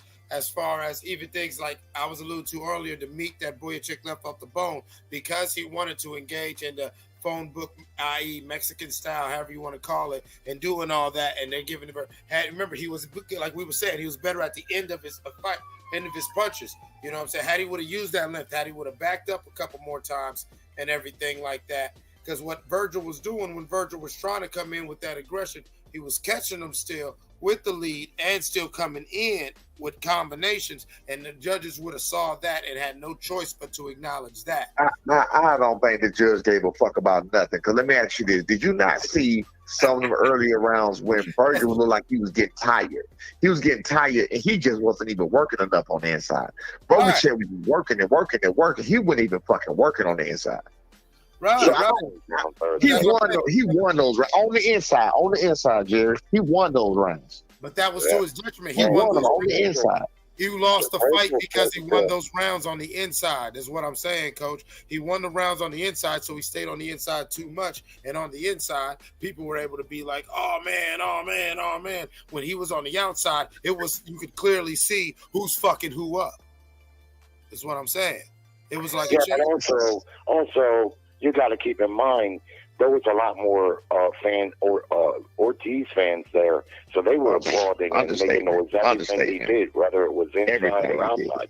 But after the third round, it looked like Ortiz got a little bit tired, and he started to stay on the outside more, what I seen, and Bohachuk was getting extension on that right hand. And he was whacking the fuck out of him. With that son bitch. Jerry, those are the moments I was talking about. When Bohachuk was able to get that extension, it was undeniable. It wasn't like, oh, this is a good fight, and they're mixing it up. Oh, but Ortiz is getting, especially with the like you said, the commentary in the crowd. Oh, but guess what you did hear? Because guess what you didn't hear though? You didn't hear the commentator say damn near word about how fucking he was rocking his ass with the right hands though. He might say, and Bohachuk comes back with a good right hand. No, he was fucking rocking his hands around with that right hand. See, Coach, we already established they wasn't going to talk about that. Ortiz is faster. His punches were a little faster, and they make an impression too, Ortiz. I have to give him that. Inside, especially. Yeah, they were definitely his punches were faster, and he was landing plenty of punches on his own. That was a fucking modern-day classic if you think about it. That was a fucking hell of a fight. I'd love to see him fight again, because if you ask me, neither one really proved they were the better man, even though I thought Bohachuk won by those 2 points. Man, that's a fight that really has got to happen again. That was a barn burner. I mean, but once again, I'll also say this. It was a fight like that, and his last fight, which got him the belt, Bohachuk, that is, against Mendoza, and everything, that made me remember his name. And maybe so technically, in my mind, Bohachuk's 2 for 2. You know what I'm saying? Yeah, he may have lost this one, but he's 2 times that he's given me fights where I'm like, shit, run that back. You know, like that Mendoza fight was a great fight. Like Bohachuk is definitely showing. Oh yeah, I missed that one. Yeah, you dig what I'm saying? Like Bohachuk, to where let's not just, before we start leaning into the controversy and bullshit, let's keep in mind. Remember, he was like, "Oh, Vergil Ortiz." When I was saying that earlier, he's gonna do. I think so. I think people really are forgetting that this man is a legitimate dog that'll bite you. And once you get a loss already on your record by knockout, people, it's easier for them to try to rob you again. You get what To I'm rob saying? your ass anyway, right? It don't matter no more. Yeah, that shit don't matter to you. You ain't nobody. Yeah. Yeah, that's a good point, Mark. But you know what? I remember a time in boxing where that wasn't held against the fighter. Not at When all. Ray Leonard knocked Tommy Hearns out. They his all fan lost, base bro. grew. They all lost Man, back in the day. Ali, Leonard, Frazier, Hearns, all of them lost. Man, fucking Hearns knocked Roberto Duran out cold. I mean, Hey, Durant look, had no. right. One of the most devastating knockouts I've seen. And it did not, You've ever seen. get what I'm saying? Come on, bro. And these guys still had crazy careers. Nobody called him Chinny. Hey, look, Tommy Hearns never got called Chinny. He got knocked out before, but no, you didn't call him Chinny. That's why I say a lot of people say the fighters have changed and they don't fight like the old school fighters. No, but the to me, fans and the media have changed. Yeah, and the media. And I will say this though: fighters are fight the way they are because they know if they get a loss, the fans will abandon them. Well, it didn't used to be like that. That's really hurt the sport. Right. I mean, I think we also got to factor in what changed with the times. In the 1980s, in the 1970s, back, you didn't get your ass knocked down and get made a meme.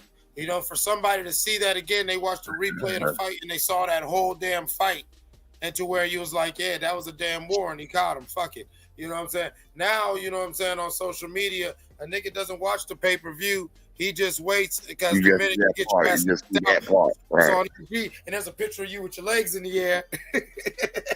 With a nigga standing over you.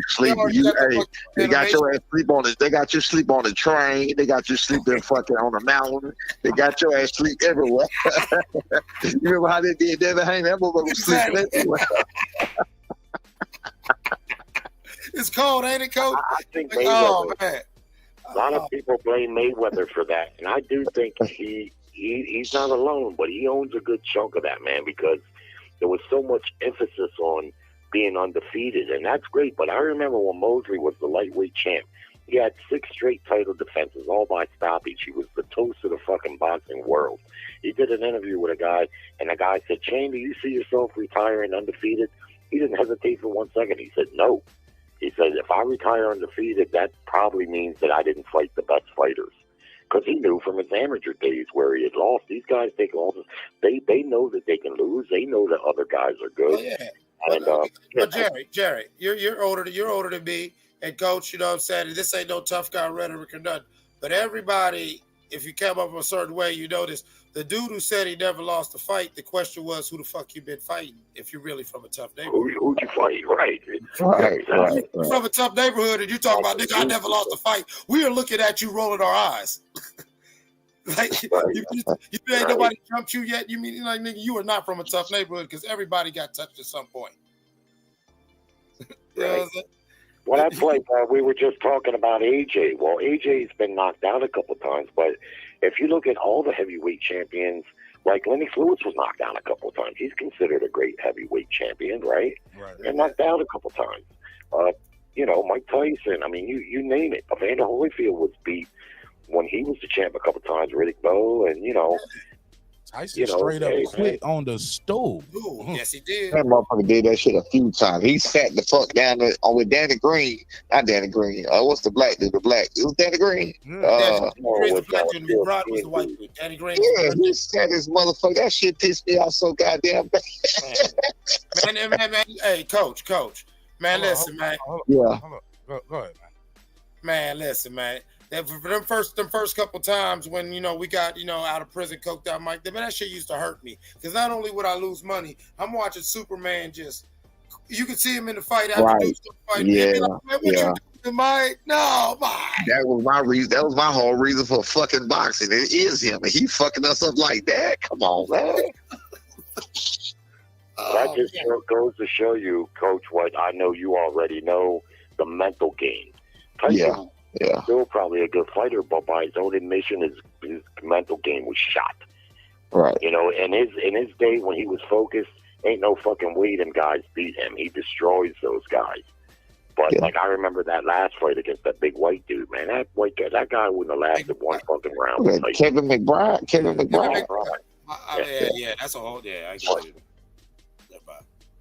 Yeah. Tyson, his mental And game. he was cheating in that. And he was cheating in that fight. Remember, he had the intentional headbutts. Yeah, Tyson was doing everything to try to get that white boy off him. That white boy beat this shit out. Let me get my boy Hot Rod in here. What's up, Hot Rod? And I said Danny. We said Danny Green. It was Danny Williams. Go ahead, Hot Rod. Danny Williams. There you go. Because I remember Danny Green was a white boy. Yeah, Danny Williams. That's it. Yeah, he was a middleweight or a super. Right. Yeah, I remember him. What's up, Hot Rod? Yo, what's poppin'? So this nigga won on robbery? That's what I'm hearing. Oh, you ain't see the fight? Nah, I ain't watched that shit. Oh man, it was a good fight, bro. Man, that shit. It was a great fight. It was a great fight. Candidate for fight of the year. Candidate for fight of the year. Absolutely. So was it a close fight or was it a robbery? Man, roll up, and watch the replay, man. Watch the like go on the internet and grab that. It was really like, yeah.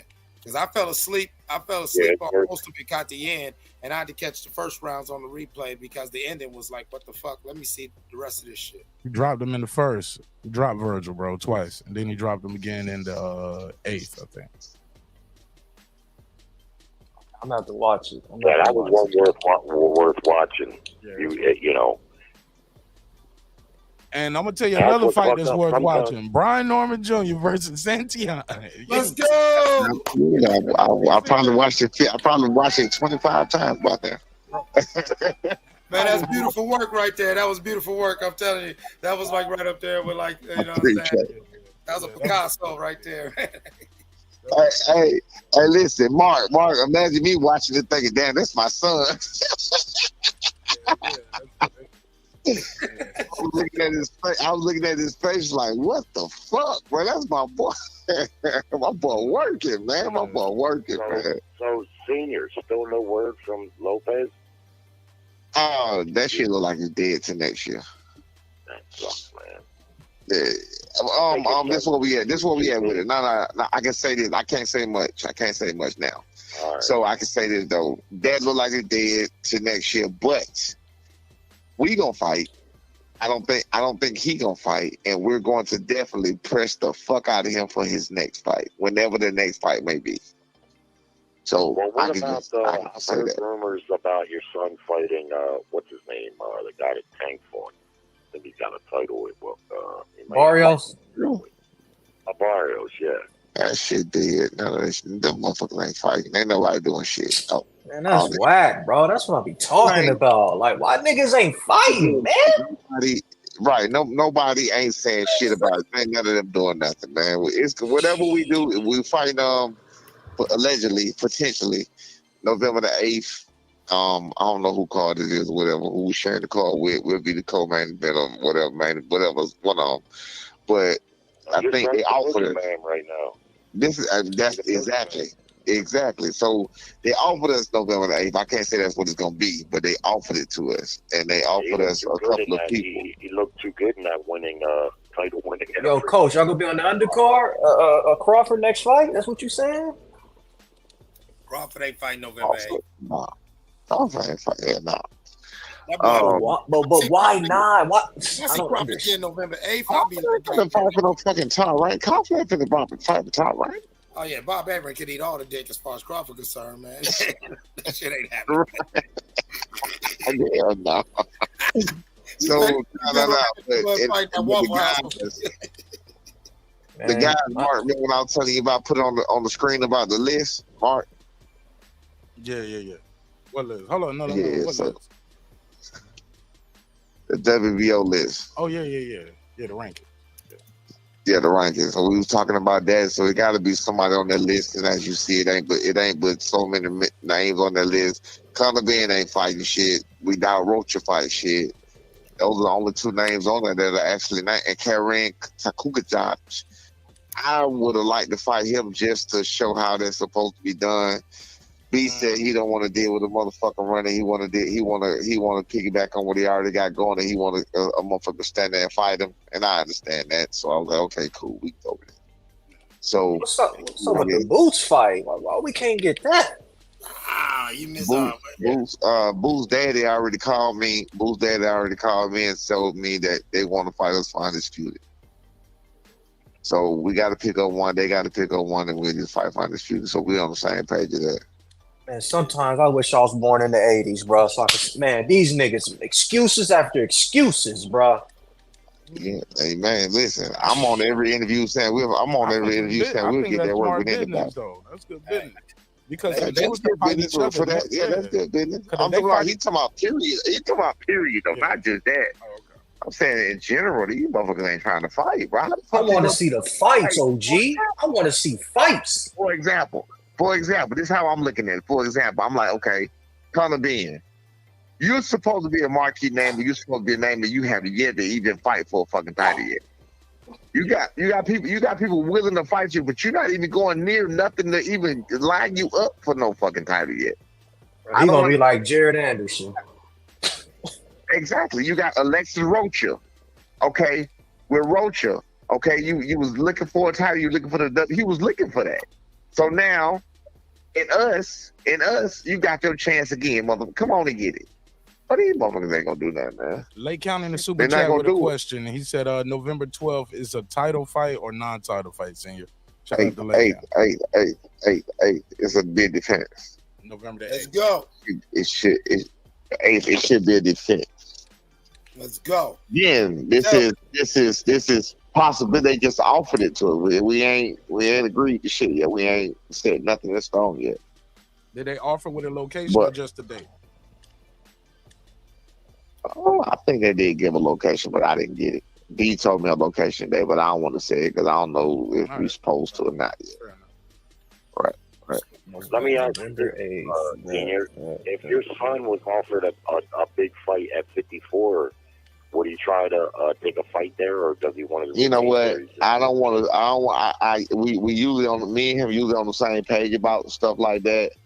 Yeah. I feel like hell fucking yeah. I feel like hell yeah. I talk him into it. I feel like hell yeah, he can do it. I don't know how he feels because I know my boy. He gets stubborn sometimes about things like that, and he just might not.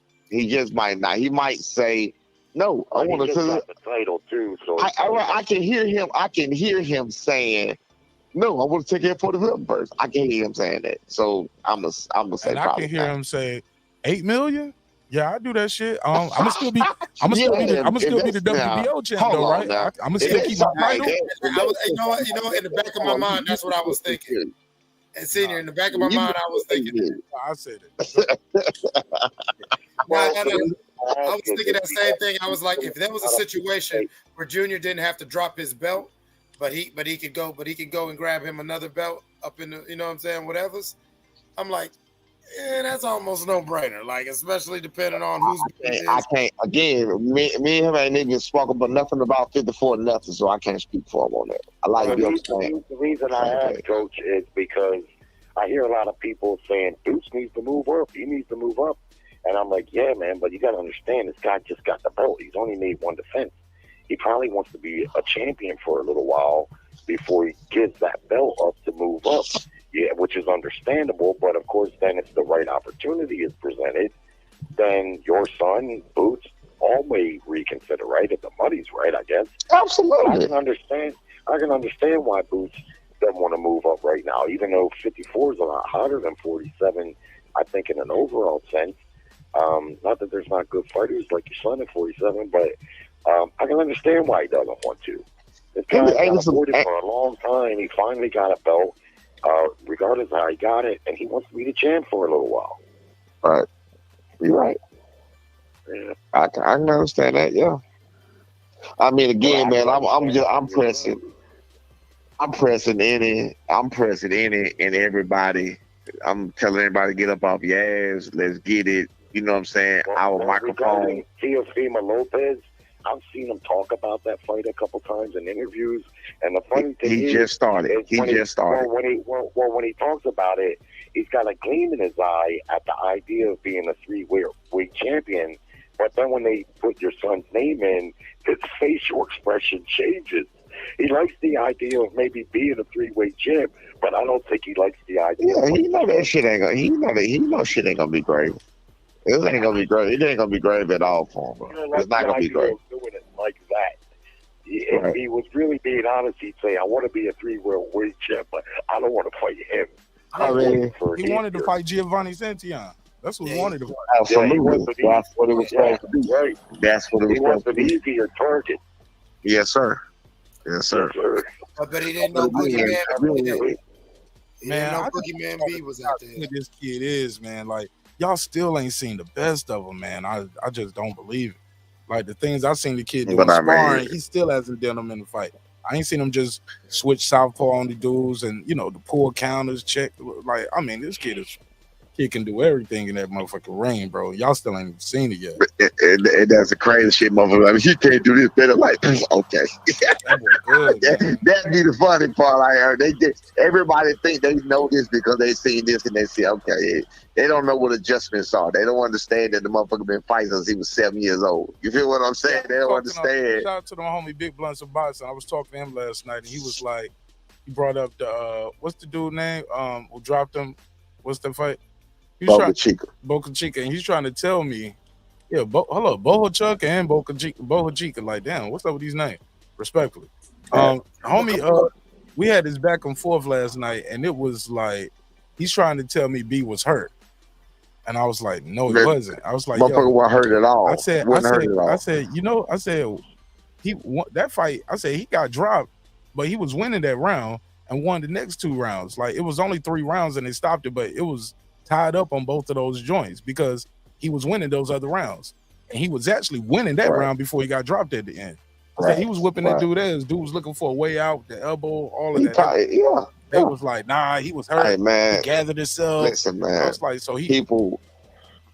That's what people. They look for the negativity, man. They look for the negativity. They look, and it's gonna be that way.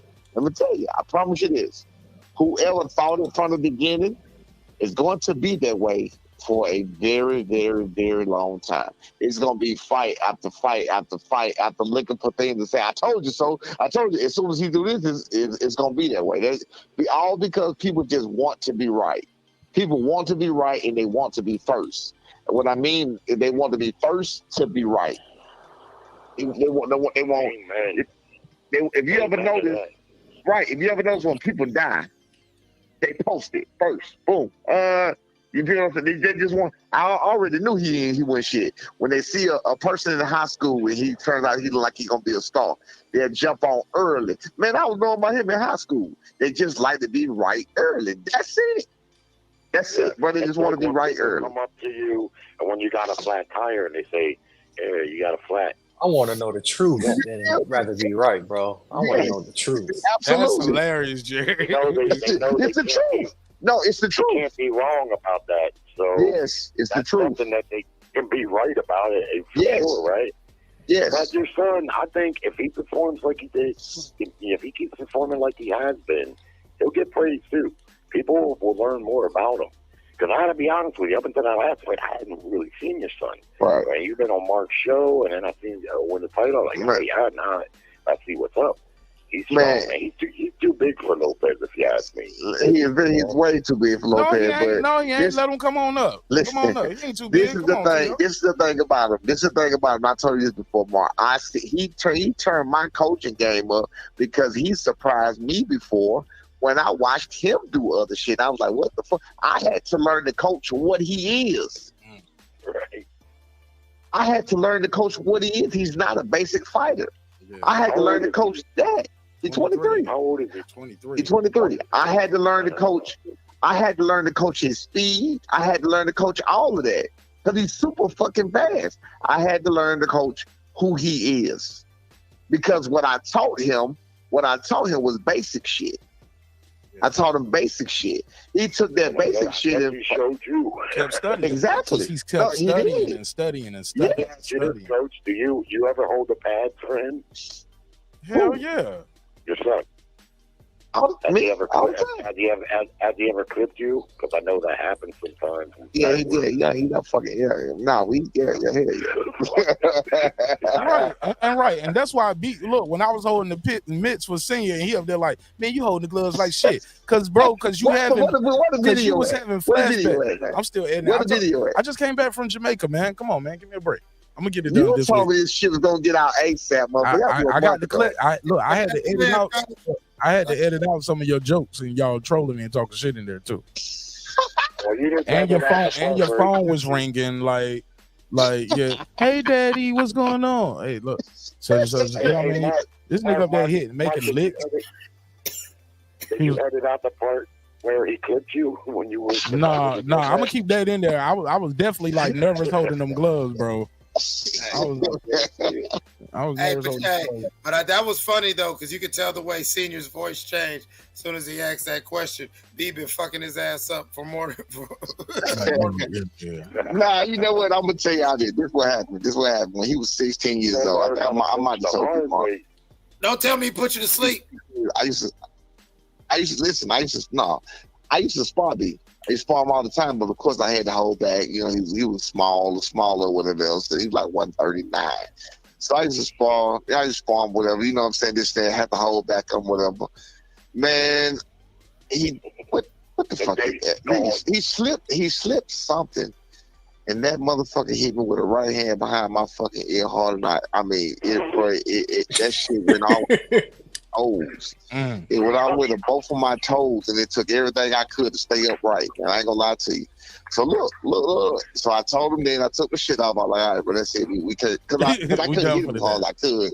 Yeah, no, that was it. Period. I ain't sparring no more ever. I never sparred him again. So I said, you know what, that's it, because I can't hit you like I want to hit you. And then even past that, none of the motherfuckers got too fast, strong, and everything else. So I'm like, I'm definitely not for the spar him now. Yeah. So I was like, yeah, to coach the hard way. So I was like, yeah, no, I'm not sparring you no more. This is 16. I'm not sparring you no more. Check this out though. Every morning for about a week, and I'm not exaggerating on all my fucking kids' life. Every morning for about a week, I will forget about it. When I wake up, my window is low. It's like one of those windows that come like to your ankles. It like go to the floor. You know, you have a tall window that goes to the floor. Yeah. So my window in my room in my bed is right beside my bed. I would get up in the morning for a fucking week and forget. I would get up and fall right into the fucking window because I lose my balance every fucking and have to sit down in the fucking room. You know, I had vertigo and shit. Yeah. So man, you say for a week you said to yourself, hold on, coach. For a week you're saying to yourself, my son to knock my equilibrium off. I was actually worried. I didn't know what the fuck was going on, and it kept happening. But like, I get right, then I'd be fine for the rest of the day. Forget about it. Then it happened the next morning, like it was happening every morning for like a week. I was like, what the fuck? You know what I'm saying? I forget about it. So when I go to sleep, I ain't thinking enough about it. You know what I'm saying? It only happens in the morning. Wow. So again, that was it. You know what I'm saying? But yeah, he been cracking, man. He been cracking. But it's not good. You ever see Manny Pacquiao clip Freddie Roach when he'd be working the mitts, he'd give him a little one at the end, not hard or trying to hurt him, but just like fucking with him. Just fucking with him. Freddie already don't have too many punches. He don't need no more. That's scary, man. When you're working the mitts, trying to work, especially if you haven't done it much, because I've done it a little bit for guys. And yeah, man, they can fuck around and hit you, and before you know it, you're fucking seeing stars. Well, you know. I had a buddy who was a lightweight fighter. Same thing when I clipped Senior when we was working. You know what I'm saying? I knew you was gonna say that. Same thing when I clipped this bitch. I slapped the shit out of him. Same thing when I slapped the shit out of Mike Brian King. Clip this bitch. That's gonna be the thumbnail. I'm gonna get that one little screenshot. I didn't. But if you look at the screenshot though, it looked like I got him though. You gonna make sure you get the full extension, Mark? You got the full extension on it. Man. Clips just like this. I was doing pad work with a buddy of mine that was a fighter. His name was Mike Little Rock Ricasa. He was a lightweight. He was a bad little motherfucker, but he turned pro real late, and he only had like 6 or 7 professional fights. One of them was on ESPN, and man, he clipped me with a fucking left hook, man. Closest I've come to being knocked out from a punch. I've been knocked out in car accidents. And this guy was 135 pounds, and I was 175 pounds. Oh, yeah. So don't think for 1 minute that a smaller fighter can't. Now, that's what I said about Bud Crawford. I've said from day one, he can beat Canelo. Yeah, you know, you can't think because a guy's little that they can't crack. Now, I'm no professional fighter, right? But, man, he was hitting them fucking mitts, and I wasn't holding them in the right position, man. And he threw that hook, and I said, I'm Oh done. yeah, especially get the person in the right place. It's over with. It's It's over with. It only takes 3 pounds of pressure and 5 pounds of pressure, depending on where on the chin or temple, to reboot somebody. And if you don't have your adrenaline pumping, it's gonna take even less than that. Exactly. Yeah, I'm just about to say that. Like my old coach used to always say, you never let a grown man punch you in the face. Like that's probably why I never liked Rock'em Sock'em Robots, because when I was fucking around with the sport, the guy who was training me, he would always emphasize that. He would hate, we was in the Southwest, so it was a lot of Mexican and people they glorified that style, but he was an old black dude who's like, man, that's dumb as hell. He was like, it don't take much to, he's an old dude Joe. It don't take much to reboot your computer. Shit, you gonna let a grown man hit you in the face like that? I don't care if he's 120 pounds. That 120-pound man, if he know how to throw a punch, knock your ass out. And true knock you the fuck out. Yep. True story. Yeah, I agree. Yeah, you see it all the time in street fights, man. Little dude knock a big dude out, no problem. Because like you said, the punch pressure, it's the placement. It's a lot of variables that go into dislodging that, making your brain rattle like that. Well, of course, not being braced for the punch, the punch you don't see and stuff like that. Yeah. I told that motherfucker, man, hey, you go work the speed bag. Where I fucked up is I started to get into a flow with him, and I started putting my left hand up like I knew what the fuck I was doing. Yeah. And like I was really knew what I was doing there. And yeah, I just made some fundamental mistakes. Wait a minute. Jerry, I know this is a white joke, but you said you tried to find a rhythm and you was off beat. I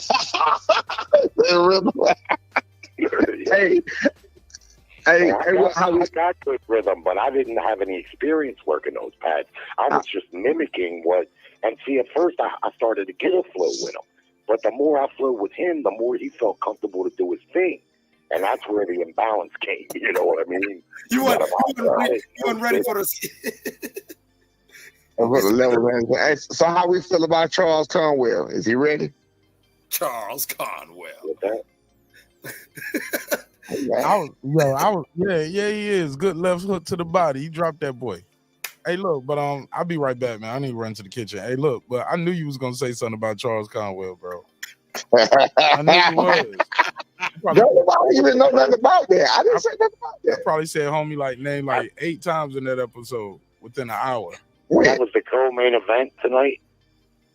You said that today? No, not today. No, not today. That episode you talking about where I just killed. You was like, what the fuck is up with you and Charles Conwell? You keep bringing him up. Oh, yeah. It was like, you on payroll or something? I was like, nah, he's in the rankings. Though. I was looking at the rankings. So what you think? So you think he's good? 20-0, 15 knockouts. Good shit. Improved. Yeah. What about the opponent? Yeah, all right. He looked pretty solid. I never heard of that guy, but I thought he looked pretty solid. He was an Olympian. He killed a criminal body shot. He killed the guy in the ring, Patrick Day. Wait a minute, Conwell fought tonight. Conwell did fight tonight? Yeah, he fought tonight and stopped the guy with a body shot. It was a very good body shot. Very good body shot. It was a very, very, very solid body shot.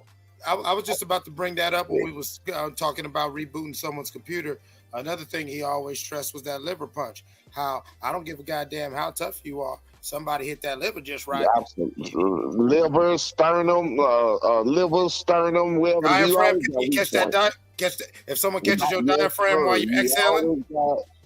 Yep, it's over with. You always got weak points. There's always, we was made that way. It's always a weak point. No muscle, nothing you can do about it. You get at the right spot, it's over with.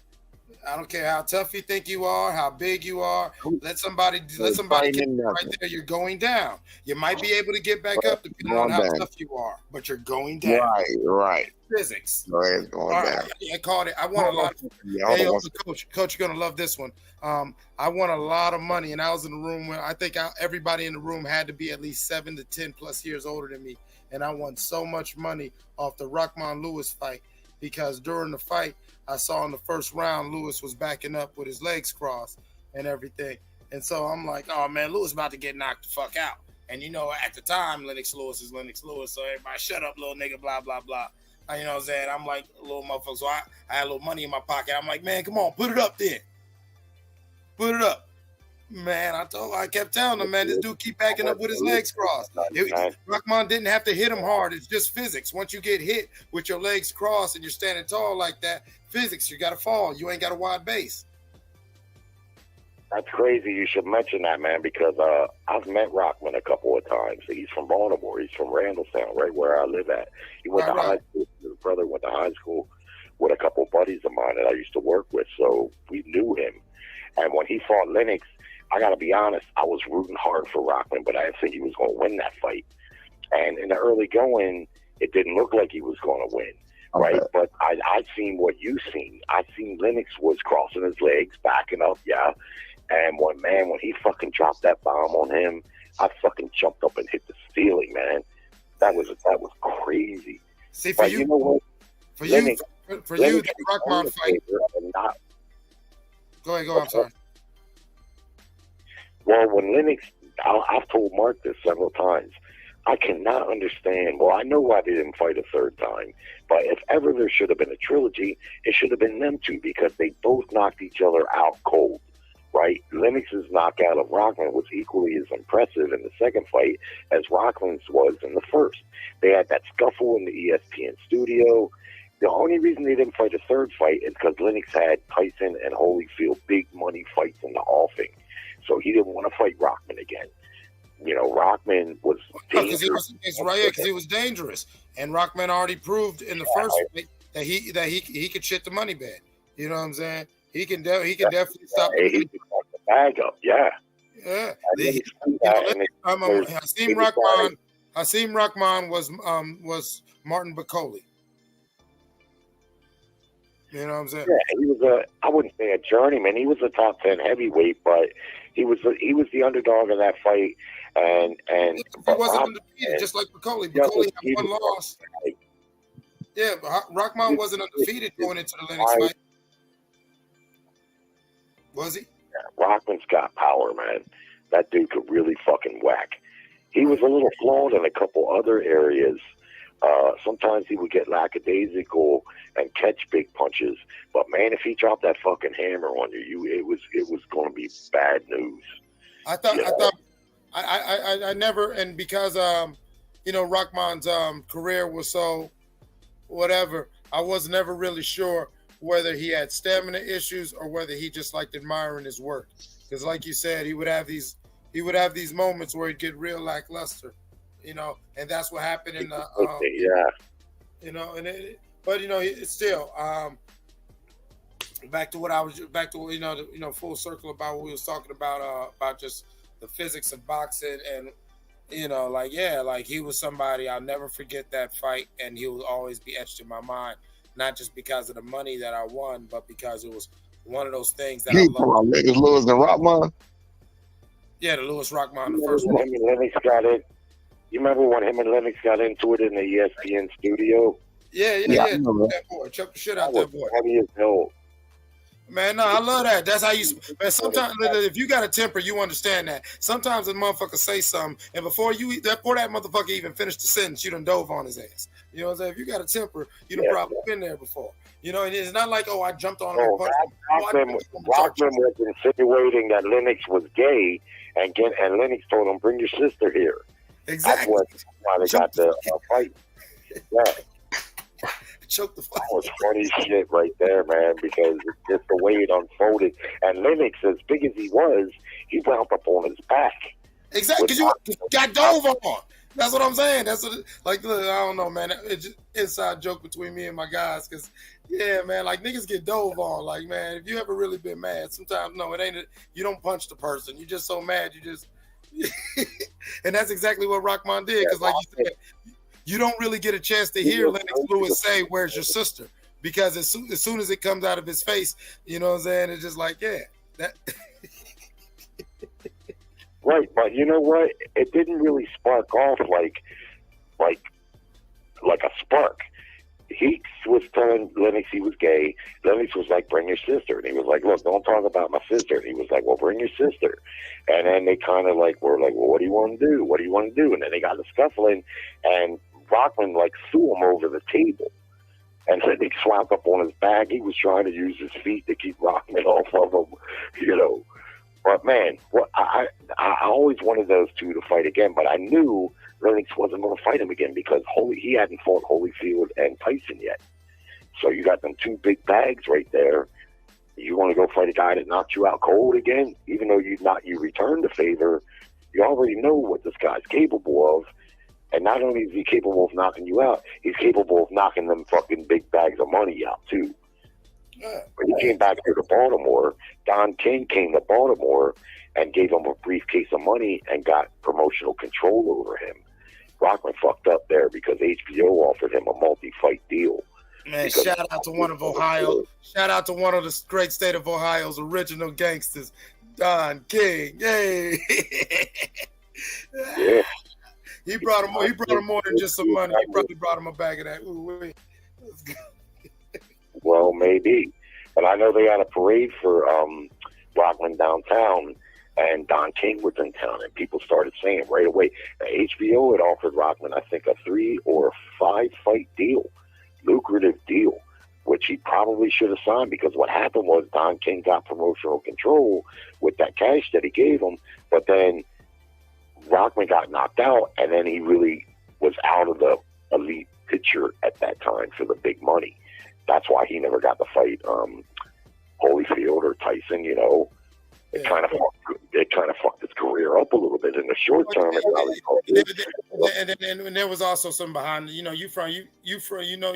like you said, you got close ties to the man. So, you know, there was also behind the scenes fuckery, you know, outside the ring fuckery that was also fucking up the bag too. You know what I'm saying? To where people wanted to keep their distance.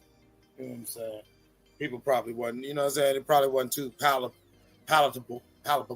Well, what it was primarily is HBO had a very tenuous relationship with Don King at that point. They didn't want to do business with him.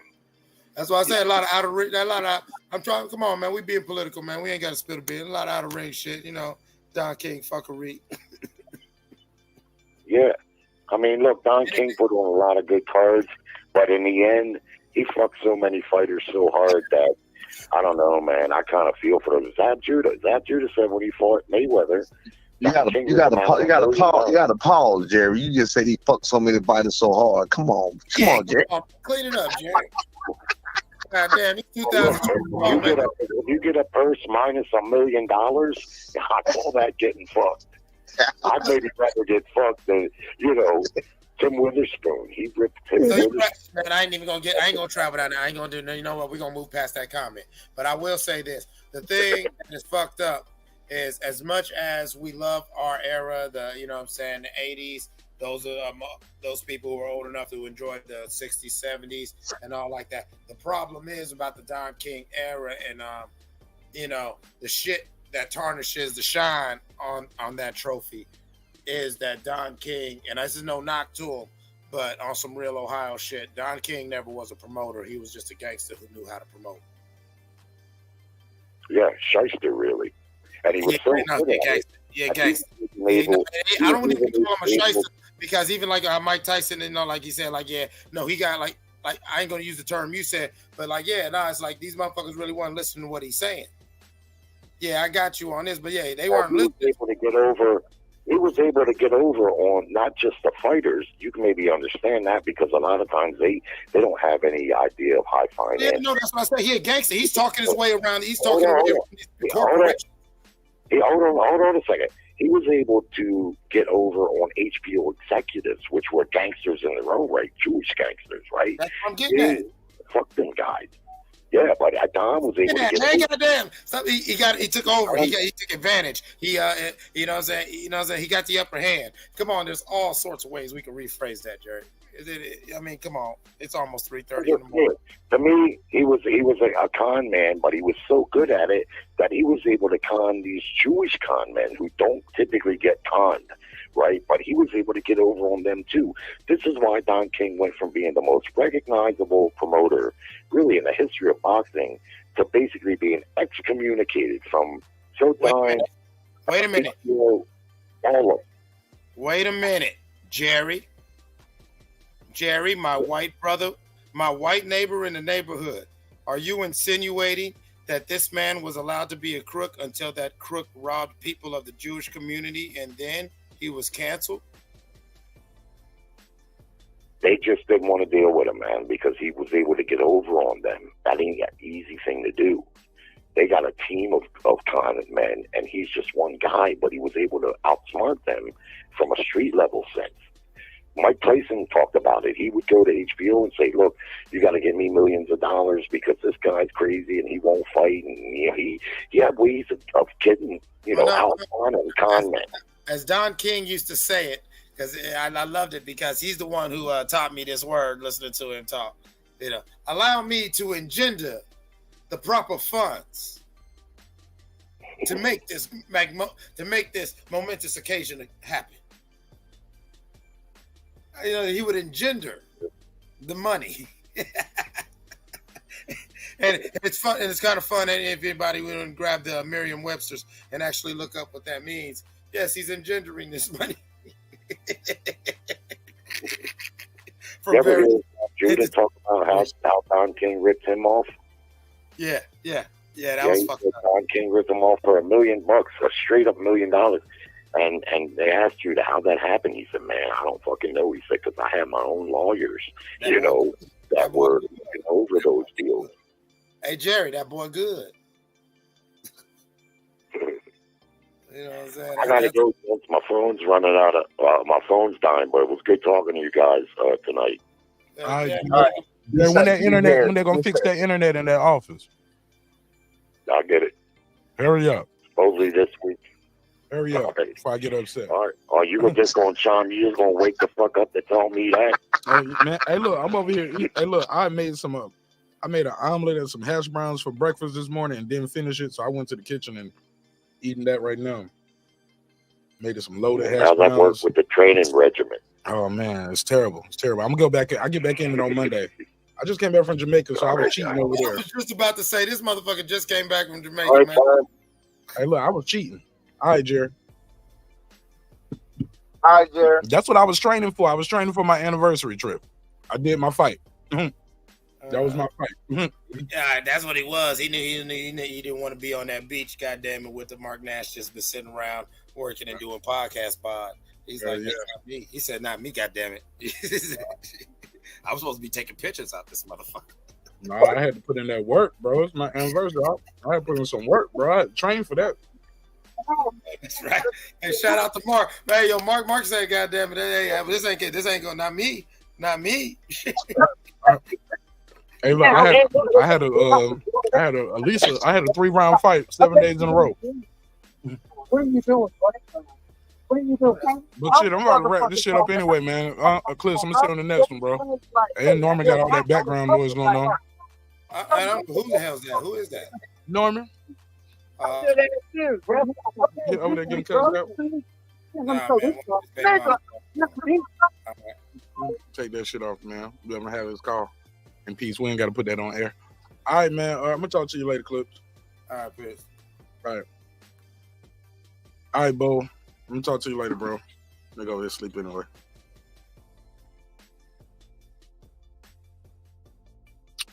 All right, man. It's been another great episode. Somebody said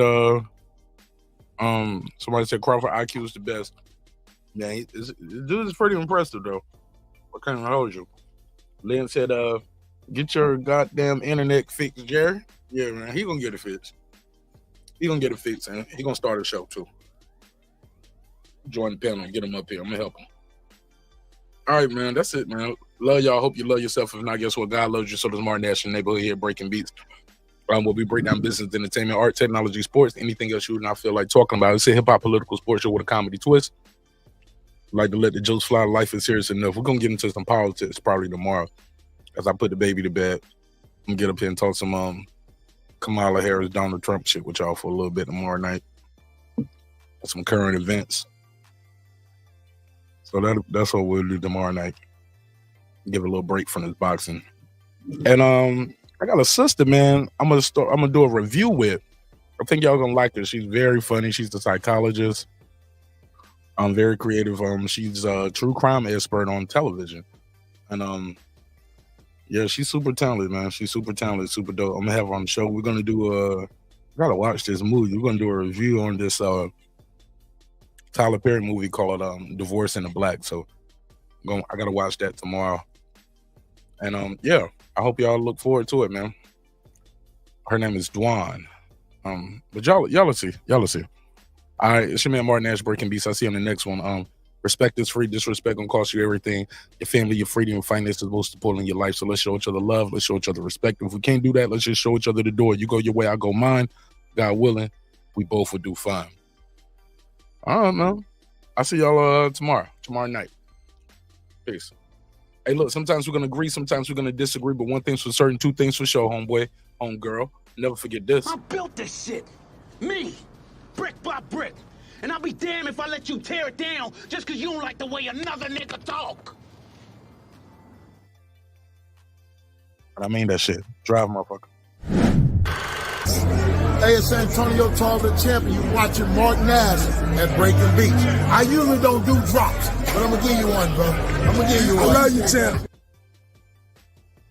Hey, look, just how y'all heard Norman on the phone a while ago, that's the type of shit I had to edit out the video, the training video that we did. So that's what's taking so long. But I'm going to get back to it. I'm going to get it done. I'm definitely going to get it out for y'all this week. All right, peace. This that squad side. This is me, man.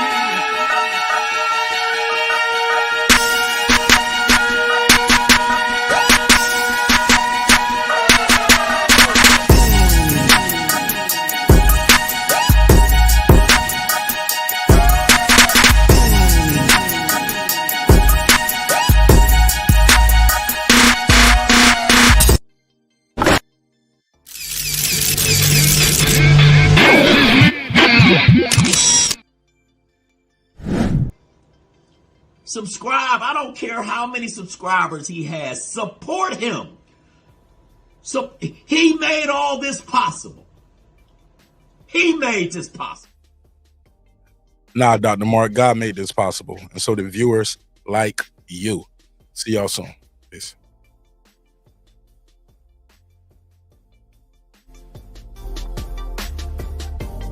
If you think I'm here to play around with